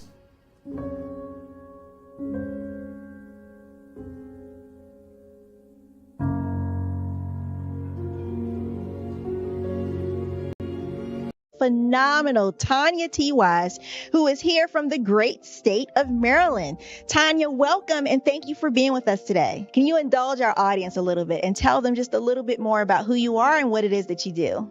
Well, I love being able to talk to people and have a magnetic attitude, being able to just show them. So I always like to say, level up is Coach at Tanya T. Wise here. So can you tell our audience, just give them a teaser about what your presentation will be about? So my philosophy is that we should all be living our dream life. So tomorrow I'm going to talk about how you start living your dream life. What are some of the things that you thought about in your childhood that you just kind of let go and dormant? Wow. And I want to reignite that and just give you some pointers and some tips, some tools, some strategies to be able to start living your best life now. And guess what, Rhonda? And leave an inheritance for your legacy. Oh my goodness. Okay, I know that's resonating with a lot of people. I've heard that you have a dynamic coaching program. Can you tell us a little bit more about that? Absolutely. So our coaching program help people that have the lack of time, that lack strategies, and lack the confidence to go after their dream life. So we help them implement tools, we help them implement strategies, as well as give them resources so that they can live their best life now and leave that inheritance. Wow. Oh, I love that. I love the leave the inheritance part. Listen, you are dropping some major nuggets, and I know a lot of what you're saying is resonating with a lot of people, but I think we're all curious. How did you even make this transition into the speaking and coaching arena? What's the story behind this? So I started out in finance, and I realized that a lot of people don't necessarily go after their dream life because of the lack of finances or the education behind finances. But it wasn't until I lost my firstborn, my only son, that life changed for me. And where I was going after it all, living the corporate life, hit my 6-figure income and living in my dream house with my dream man, driving my dream car. I nearly lost it all when I lost my son. And so I realized it only takes one financial catastrophe that can change your entire life. That's what made me start All New Beginnings. Because no matter what's going on in life, there's a new beginning. And because of that, we develop a program called Wise Minded. My little slogan is, don't just dream it, let's live it. If they want to connect with you or work with you, what is the best ways for them to be able to do that? Well, for my social media guru, you can connect with me on every single social media platform as Tanya T. Wise.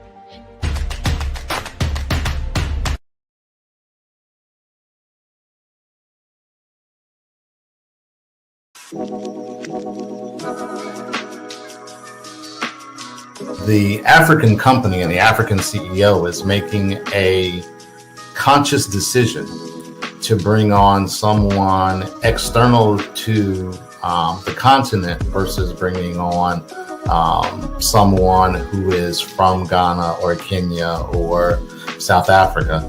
And so the skill sets of the people that we take through our executive leadership training program and ultimately on the placement, obviously have to be extremely high caliber.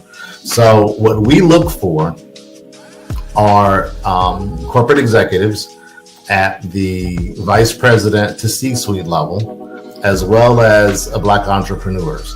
When we look at the Black corporate executives, we're looking for some very specific skill sets, whether that be around supply chain, sales and marketing, engineering, product development. We want our folks to be able to add immediate value to the corporate board, right? And the other thing is, even if they don't necessarily have specific industry experience, they're bringing a diversity of thought. Follow the Brand TV broadcast host, Grant McGaw, as he visits with top executives and entrepreneurs to find out their secrets of success with their personal brand. Follow the Brand TV broadcast host as he focuses on brand development to build better relationships, bring value to your business, relationships, and career. You will enjoy listening to each episode that is tailored to speak to you directly. If you're looking for this type of clarity in terms of building your brand, you have tuned into the right station. Each episode will help you to shape a conversation in the 5-star BDM network of 20,000 professionals and become a springboard for your corporate engagement and business opportunities. Each guest will frame their story in the areas of personal branding, business development, career development, financial empowerment, and technology innovation. Grant McGaw explains why he is the CEO and owner of his own professional career. Grant is an accomplished business leader and entrepreneur who wants to give back to individuals to grow their personal brand strategy. Tune in as he weaves his story about new possibilities, while to you exceed expectations. If you love storytelling, this show will make for fun. Hey, how's it going? It's always great when we get an opportunity to do something great. And today we're going to be doing something great with a young man. You know, he's going to be an architect, one of our future leaders of the world. Young man by the name of Christian Thomas. He's going to do an outstanding job. Of course, this is the Black Business Expo ceremony. My mom, say a few words to the young man as we give him the laptop, as we give laptop computers and up to $1,000. Hi, Christian. We take great pride in giving you this laptop, which you can earn. And we look forward to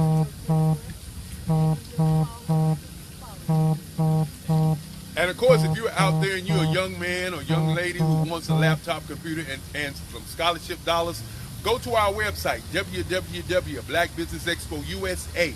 I'm the guy, Eric Kelly III. This is Frances Cagle. She is the co-founder. Make sure you go there if you want to get a scholarship. And one of the things that we continue to say, the Black Business Expo, one of the largest business showcases in the history of Black America in North Carolina. Thank you, and we look forward to seeing you the next time. The Black Business Expo's mission is to raise funds for high school seniors going to college or K through 12 entrepreneurs. This expo is a fundraiser for students. Please, you may go to www.blackbusinessexpousa.com to donate to the scholarship fund or use the Cash App at $BBXUSA. Our goal is to give laptops and up to $5,000 to 10 students. Students can register online at www.blackbusinessexpousa.com. Every dollar counts. Please donate to the Black Business Expo USA Scholarship Fund.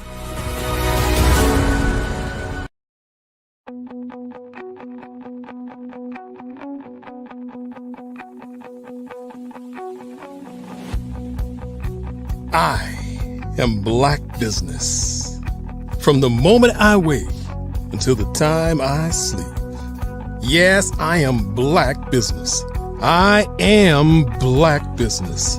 Tell me, are you Black Business? I am Black Business. Do you support Black businesses? Listen, I support Black business because I am Black Business. Black Business Expo, one of the largest business showcases in the history of Black business in the world. The world!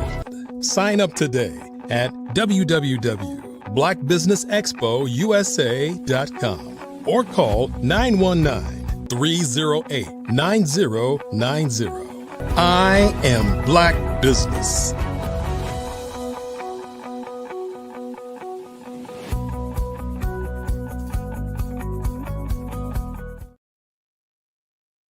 Hello and welcome, welcome, welcome. Good day, business owners, entrepreneurs, thought leaders, and corporations. Welcome to the Black Business Network. My name is Dr. Lotus Rashay, and I'm your booming business master for this session of our business segment. We are having such a great time here at the Black Business Network. The Black Business Network is a 24-hour business network showcasing Black businesses, business owners, entrepreneurs, and thought leaders worldwide. We have speakers from North Carolina, London, Singapore, Africa, Japan, and cities all over the United States. The Black Business Network is a global community sharing its business knowledge to empower, inspire, and to educate businesses about, you guessed it, business. And coming up, we have a phenomenal fireside chat. We will be having Mr. Troy Richardson leading that fireside chat. Let me tell you a little bit about Mr. Richardson. He is known for his tenacity and empowering the work that he does to help business owners just like you and me. He is a New York resident, and he's from New York, but he actually resides in the metropolitan Washington, D.C. area, not too far from me. And he runs the RCG Richardson Consulting Group, LLC. It's a company dedicated to fostering long-lasting partnerships. And with over 30 years of experience leading sales organizations, he has amassed over $400 million in revenue. That's right, I said it, over $400 million in revenue. Troy's ability to develop relationships at all levels of organization is an unmatched skill that enables him to build sustainable and profitable relationships. Troy is also a passionate advocate for veterans like me and you. He's also an advocate for the homeless and blind communities and the special needs community as well. He is currently serving as an executive board member to 4 nonprofits. Troy's involvement is evident to everyone that the level of dedication that he has is unmatched, and he provides this to his community. As a licensed financial professional and educator, international speaker, and media owner, a former U.S. Air Force member, he was mentored by general officers and the vice chief of staff at the Pentagon. And during our upcoming Fireside Chat, he's going to help you learn so that you can earn and share and embody others to do the same. Please welcome our leader for our Fireside Chat, Mr. Troy Richardson. Troy? Dr. Lotus, thank you so much. I mean, who was that you were describing? I mean, that person is phenomenal. My God. Yes, you are. Yes, you are. It's so great to have you here today, Troy. And I'm looking forward to this Fireside Chat. I know it's going to be phenomenal. So with no further to do, I just want to pass the mic to you because we're ready for your genius. Genius is coming, and I'll see you on the other side as you're joined with Harvey Lee and Alexander Rockefeller. Thank you. Good afternoon, Harvey Lee. Good afternoon. It's actually good morning here. Well, you know, it is morning here, but the way Dr. Lotus, shines, it feels like afternoon. You know what I mean? But this is such a treat, man, a pleasure, a treasure to be, chatting it up with my guy, right? Harvey Lee. And folks, for you who don't know, Harvey Lee is a Southern University grad. He's an HBCU guy, first and foremost. But he used to play a little baseball back in the day. And the topic that we're going to talk about is transformation, right? How do you transform yourself from one place to another? Well, whether it's your life, it's your business, your relationship, everything evolves, everything transforms. So today we're going to talk to Harvey about his transformation from playing professional baseball for my New York Yankees and transforming that experience to what he's doing today. So Harvey, you ready, bro? Hey, I'm ready. Stay ready, you ain't got to get ready. I love it. Well, let's talk about where it all started, man. What made you, and as a young boy, pick up that baseball, and what did that feel like for you? Well, I will say this. It started with my mother playing softball. And as a little young boy, I would go to all her games. And after the game, she'll pitch me the balls. And it just continued from there. I was a 3-star, not really a 3-star athlete, but I played all 3 sports in high school. And then I figured out basketball wasn't my game. So I let basketball go and start playing football and baseball. And it was my visit to the University of Florida when I realized I was too small to play college. I was 165 pounds. I went in there and saw these big guys. I was like, no, this is not for me. And I ended up going to Southern University for baseball. And I would never change that. The things that I learned being at a HBCU, I wouldn't give that up for anything. It taught me all the things that I needed to know about life and not giving up on big things, little things. I've always been a person that I guess been around great people and learned from great people. I learned from, as a young boy, a gentleman by the name of Willie E. Gary spoke to my 8th grade class when I was in middle school.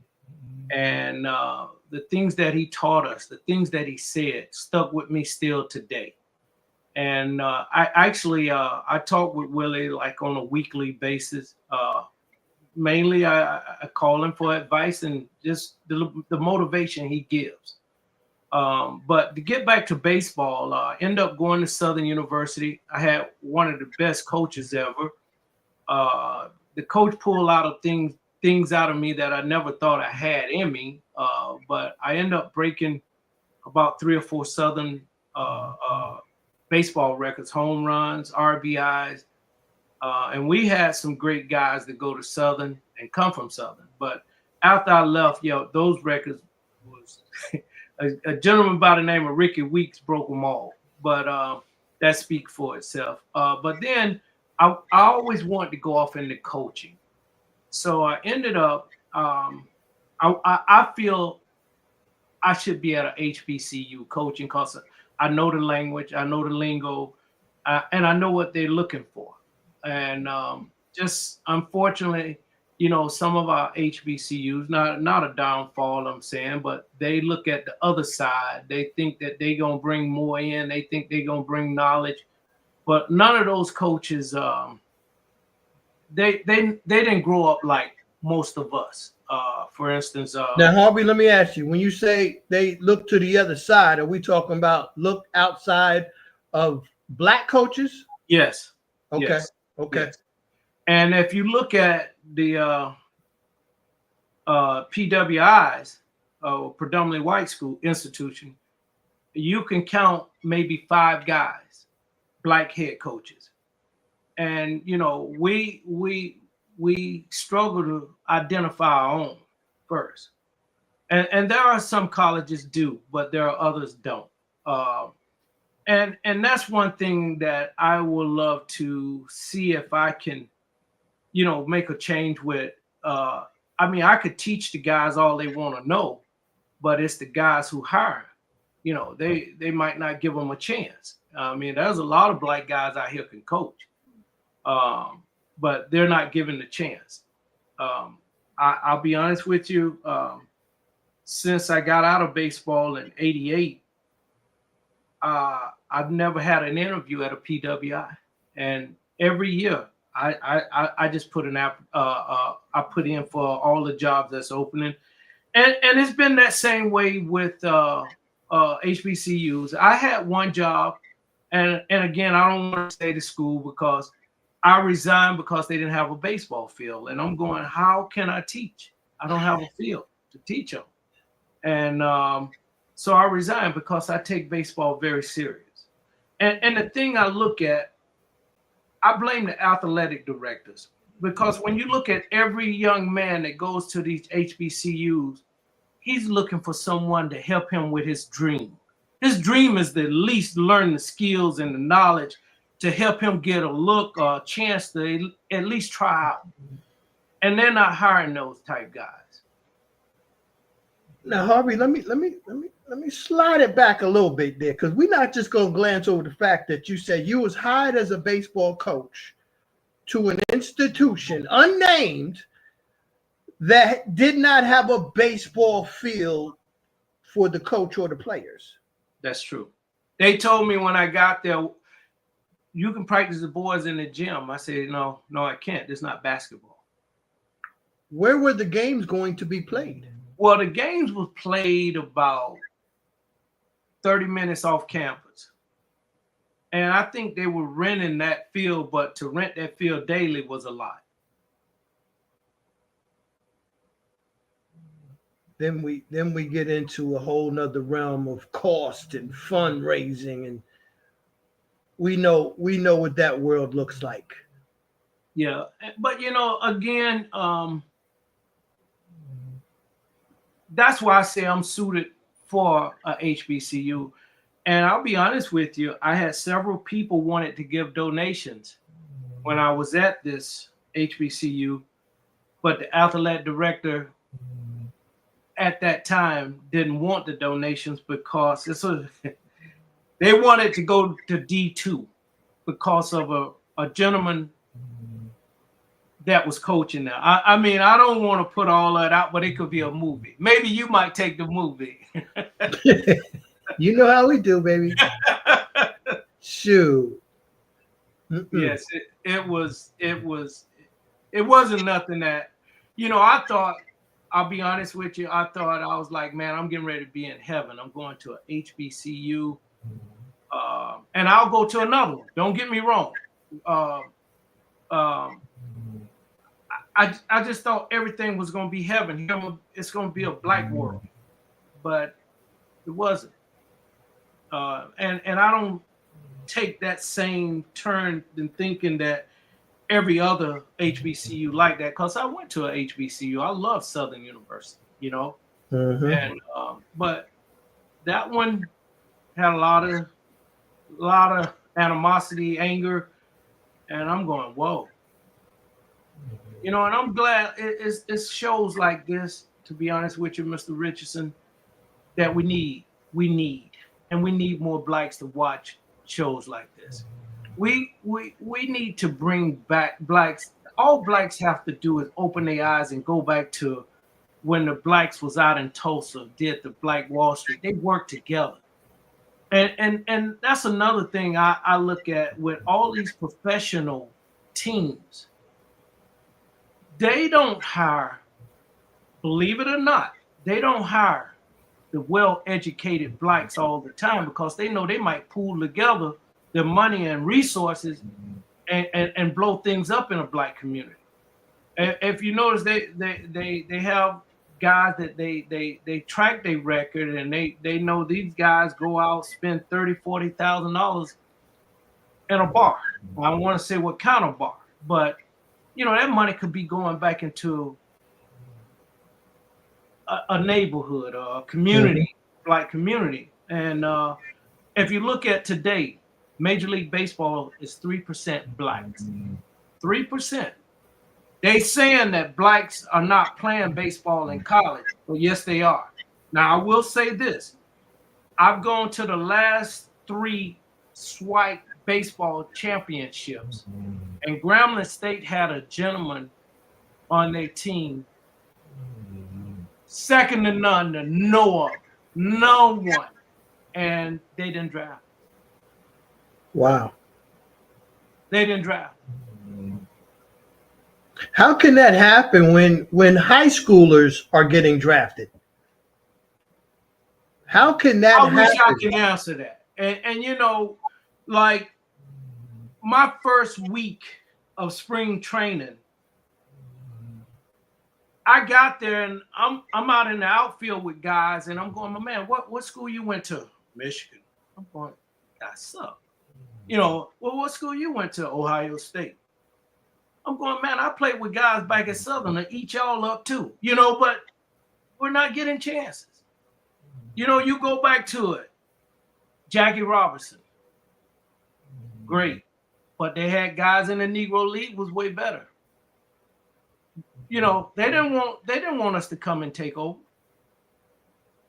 And it's still latter day, but they'll let any guy that look like us from other countries come in. But we're strong here, man. You can take 8 black kids, 8 white kids, and 8 Latin kids.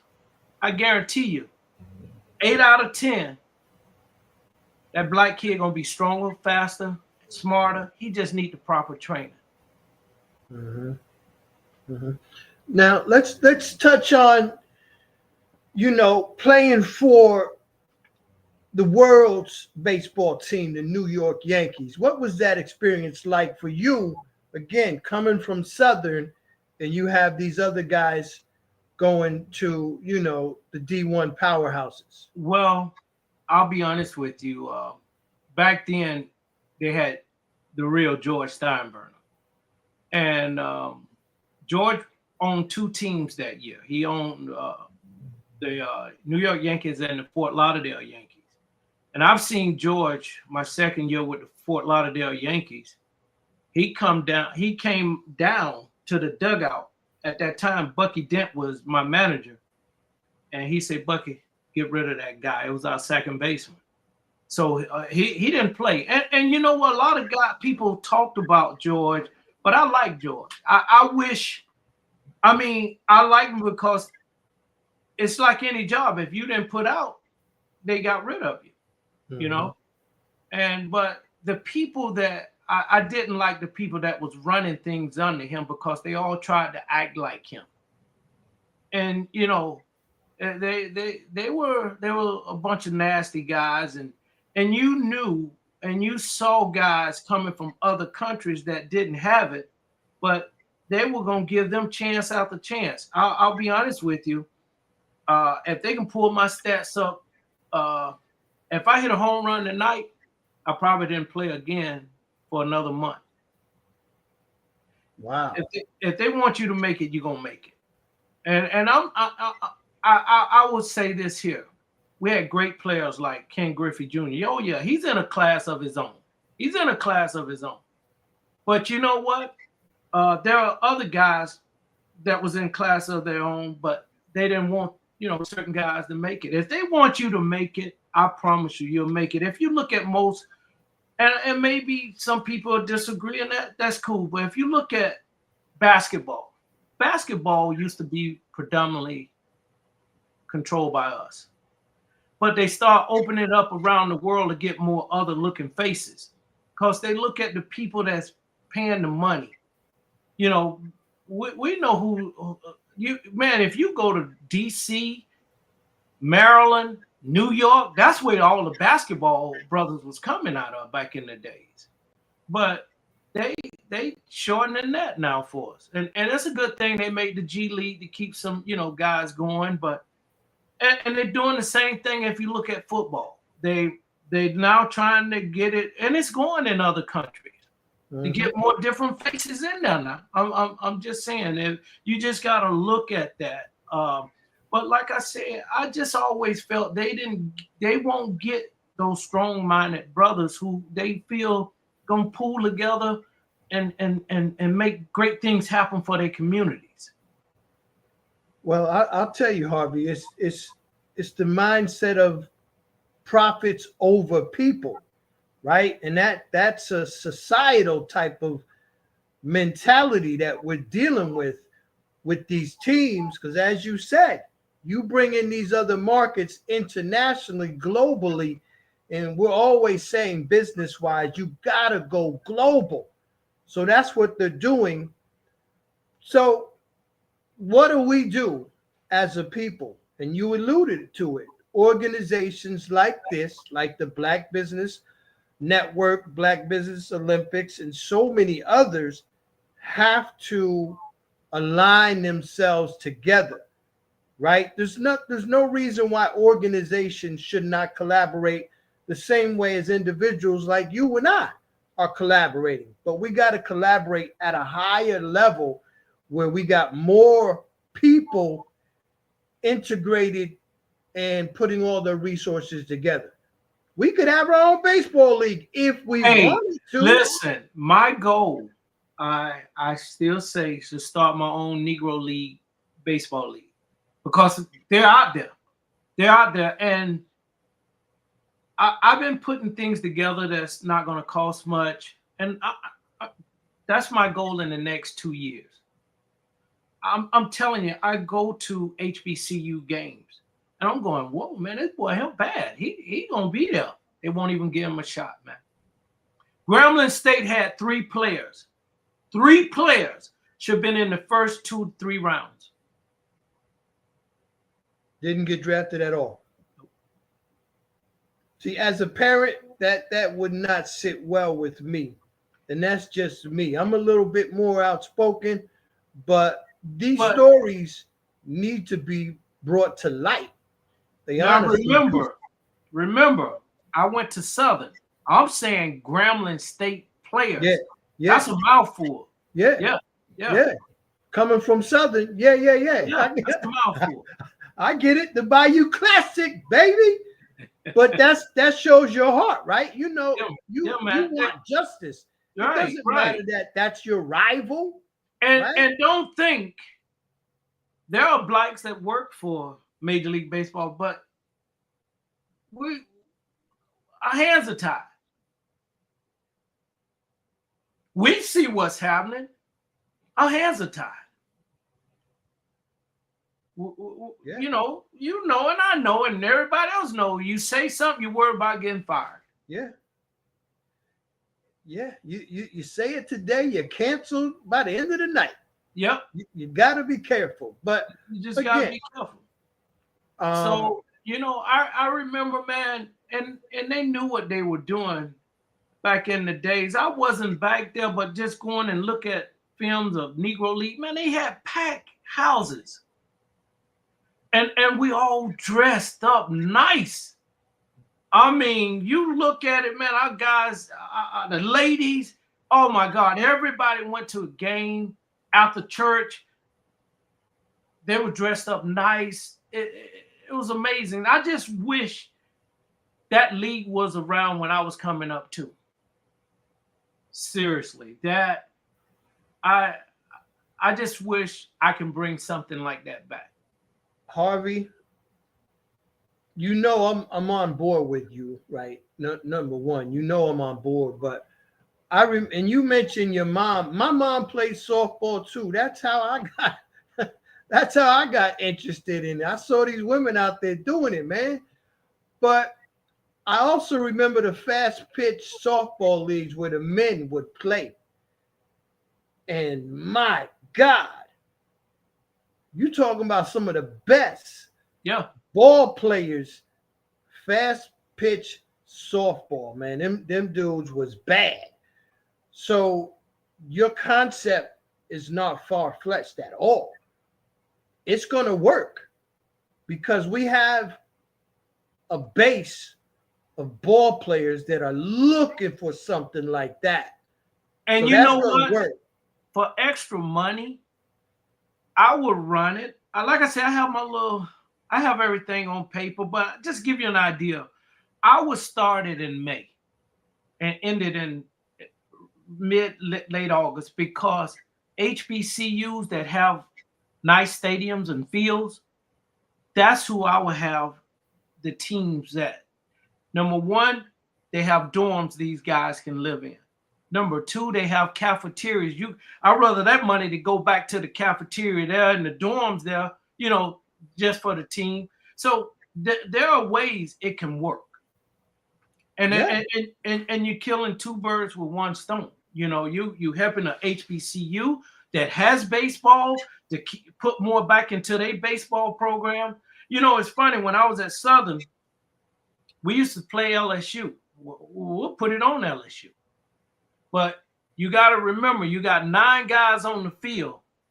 But when you play against one of those schools, you're playing against 11 or 12. Mm-hmm. You got those umpires, making those calls.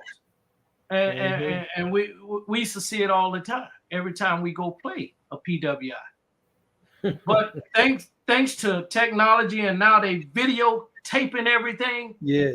For instance, a couple of years ago, Mississippi Valley was playing against a PWI, and the umpire struck the boy. I don't know. It was clear, a ball. And thanks to that technology now, the world saw that. Yeah. Yeah. So, but back in the days, that was our call. What they did, though, they taught us how to hit balls we weren't supposed to hit. We knew we had to go up swinging, or this guy gonna call us out. Mm-hmm.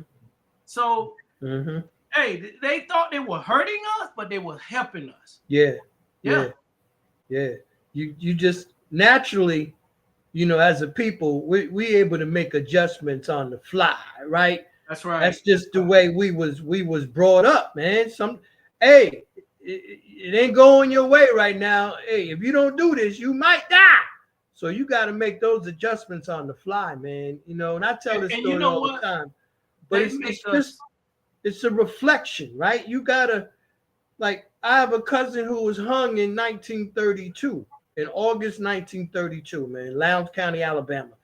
I'll never forget the first time I heard that story, man.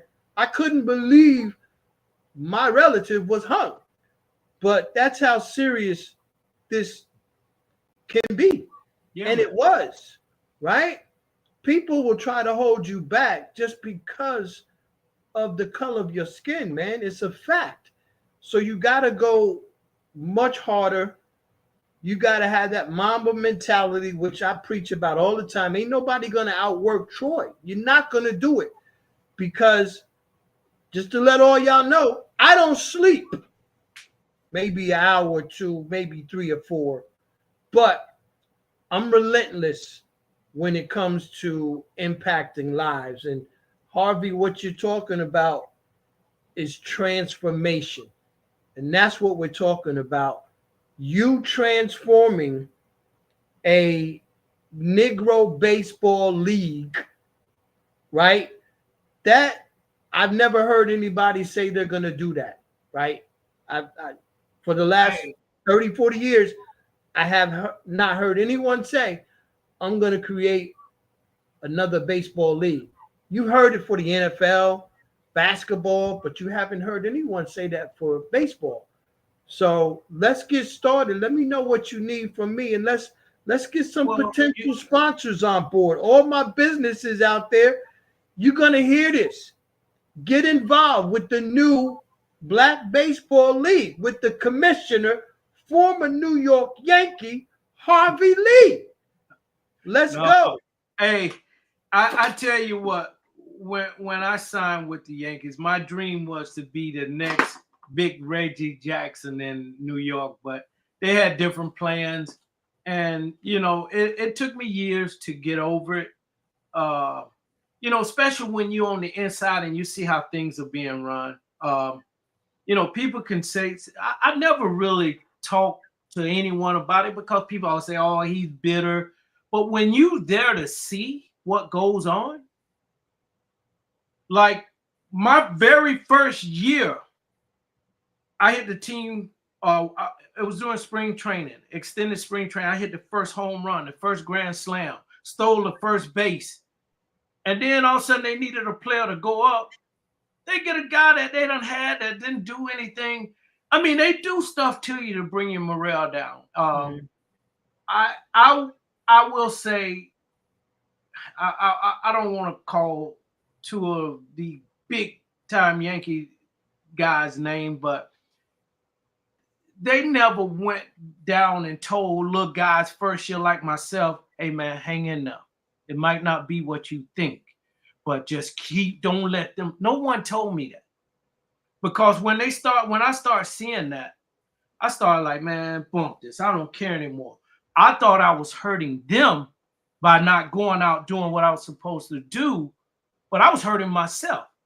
Mm-hmm. No one had told me how that went. I'm going, man, I'm killing this. I'm getting 2-3 hits a game, and they not moving me. No one told me how the system worked. And I had a white boy to tell me, but I thought he was telling me because he was jealous. It's like, man, I don't know why you playing so good. They ain't finna move you. They're not going to move you. So, Wow. Yeah. That is crazy. But, I try to give guys the experience, not the talk, just the talk. I try to teach them the way I was taught. Back in the days, we were always taught you had to be twice as good. And that's where I coach and I teach. See, I like to teach, because when you teach, now you know how to coach, because I done taught this kid how to bunt the ball down third base or first base. So, you know, he can execute what I done taught him. Now, Harvey, let me use that as a segue, brother. I don't mean to cut you off, but when Dr. Lotus appears, I've been taught that our time is short. Doc, you all need to keep programs like this. And Troy will tell you, I would love to bring a lot of my contacts to you all. I love what you're doing. I love what you're doing. Well, hold on, Harvey. You can't be giving up all the resources to Dr. Lotus like that. Well, listen, Harvey, I just want to say I absolutely love what you were sharing. And Troy, you asked some amazing questions that really pulled out the meat of this discussion. And we got to have you back, Harvey. Yes. Would you definitely come back and share more of what you're sharing? Yes, ma'am. You know, I will fly to North Carolina to meet this staff. Dr. Eric Kelly. I mean, this is what we need. Fantastic. This is what a testimony right here. This is our Black Wall Street get it together right here. Exactly. And I feel you in my heart because, you know, I've worked with the Nike National to help Black young boys and young girls when I lived in Augusta, Georgia. I was a part of the 100 Black Women of Augusta, and our brother chapter was the 100 Black Men of Augusta. And we work with Nike National to help them get scholarships for our children. And having actually met King Griffey Jr. and actually played basketball with Kevin Garnett before he even went to the NBA. I used to run scrimmage games with him, like when I would sneak into the Y. I see the heart of you, man. And I feel you and I understand it. And you know you are a genius. And we know that we're going to have you back. And all I've got to say, Troy, is genius is coming. And I'll see you on the other side. And thank you.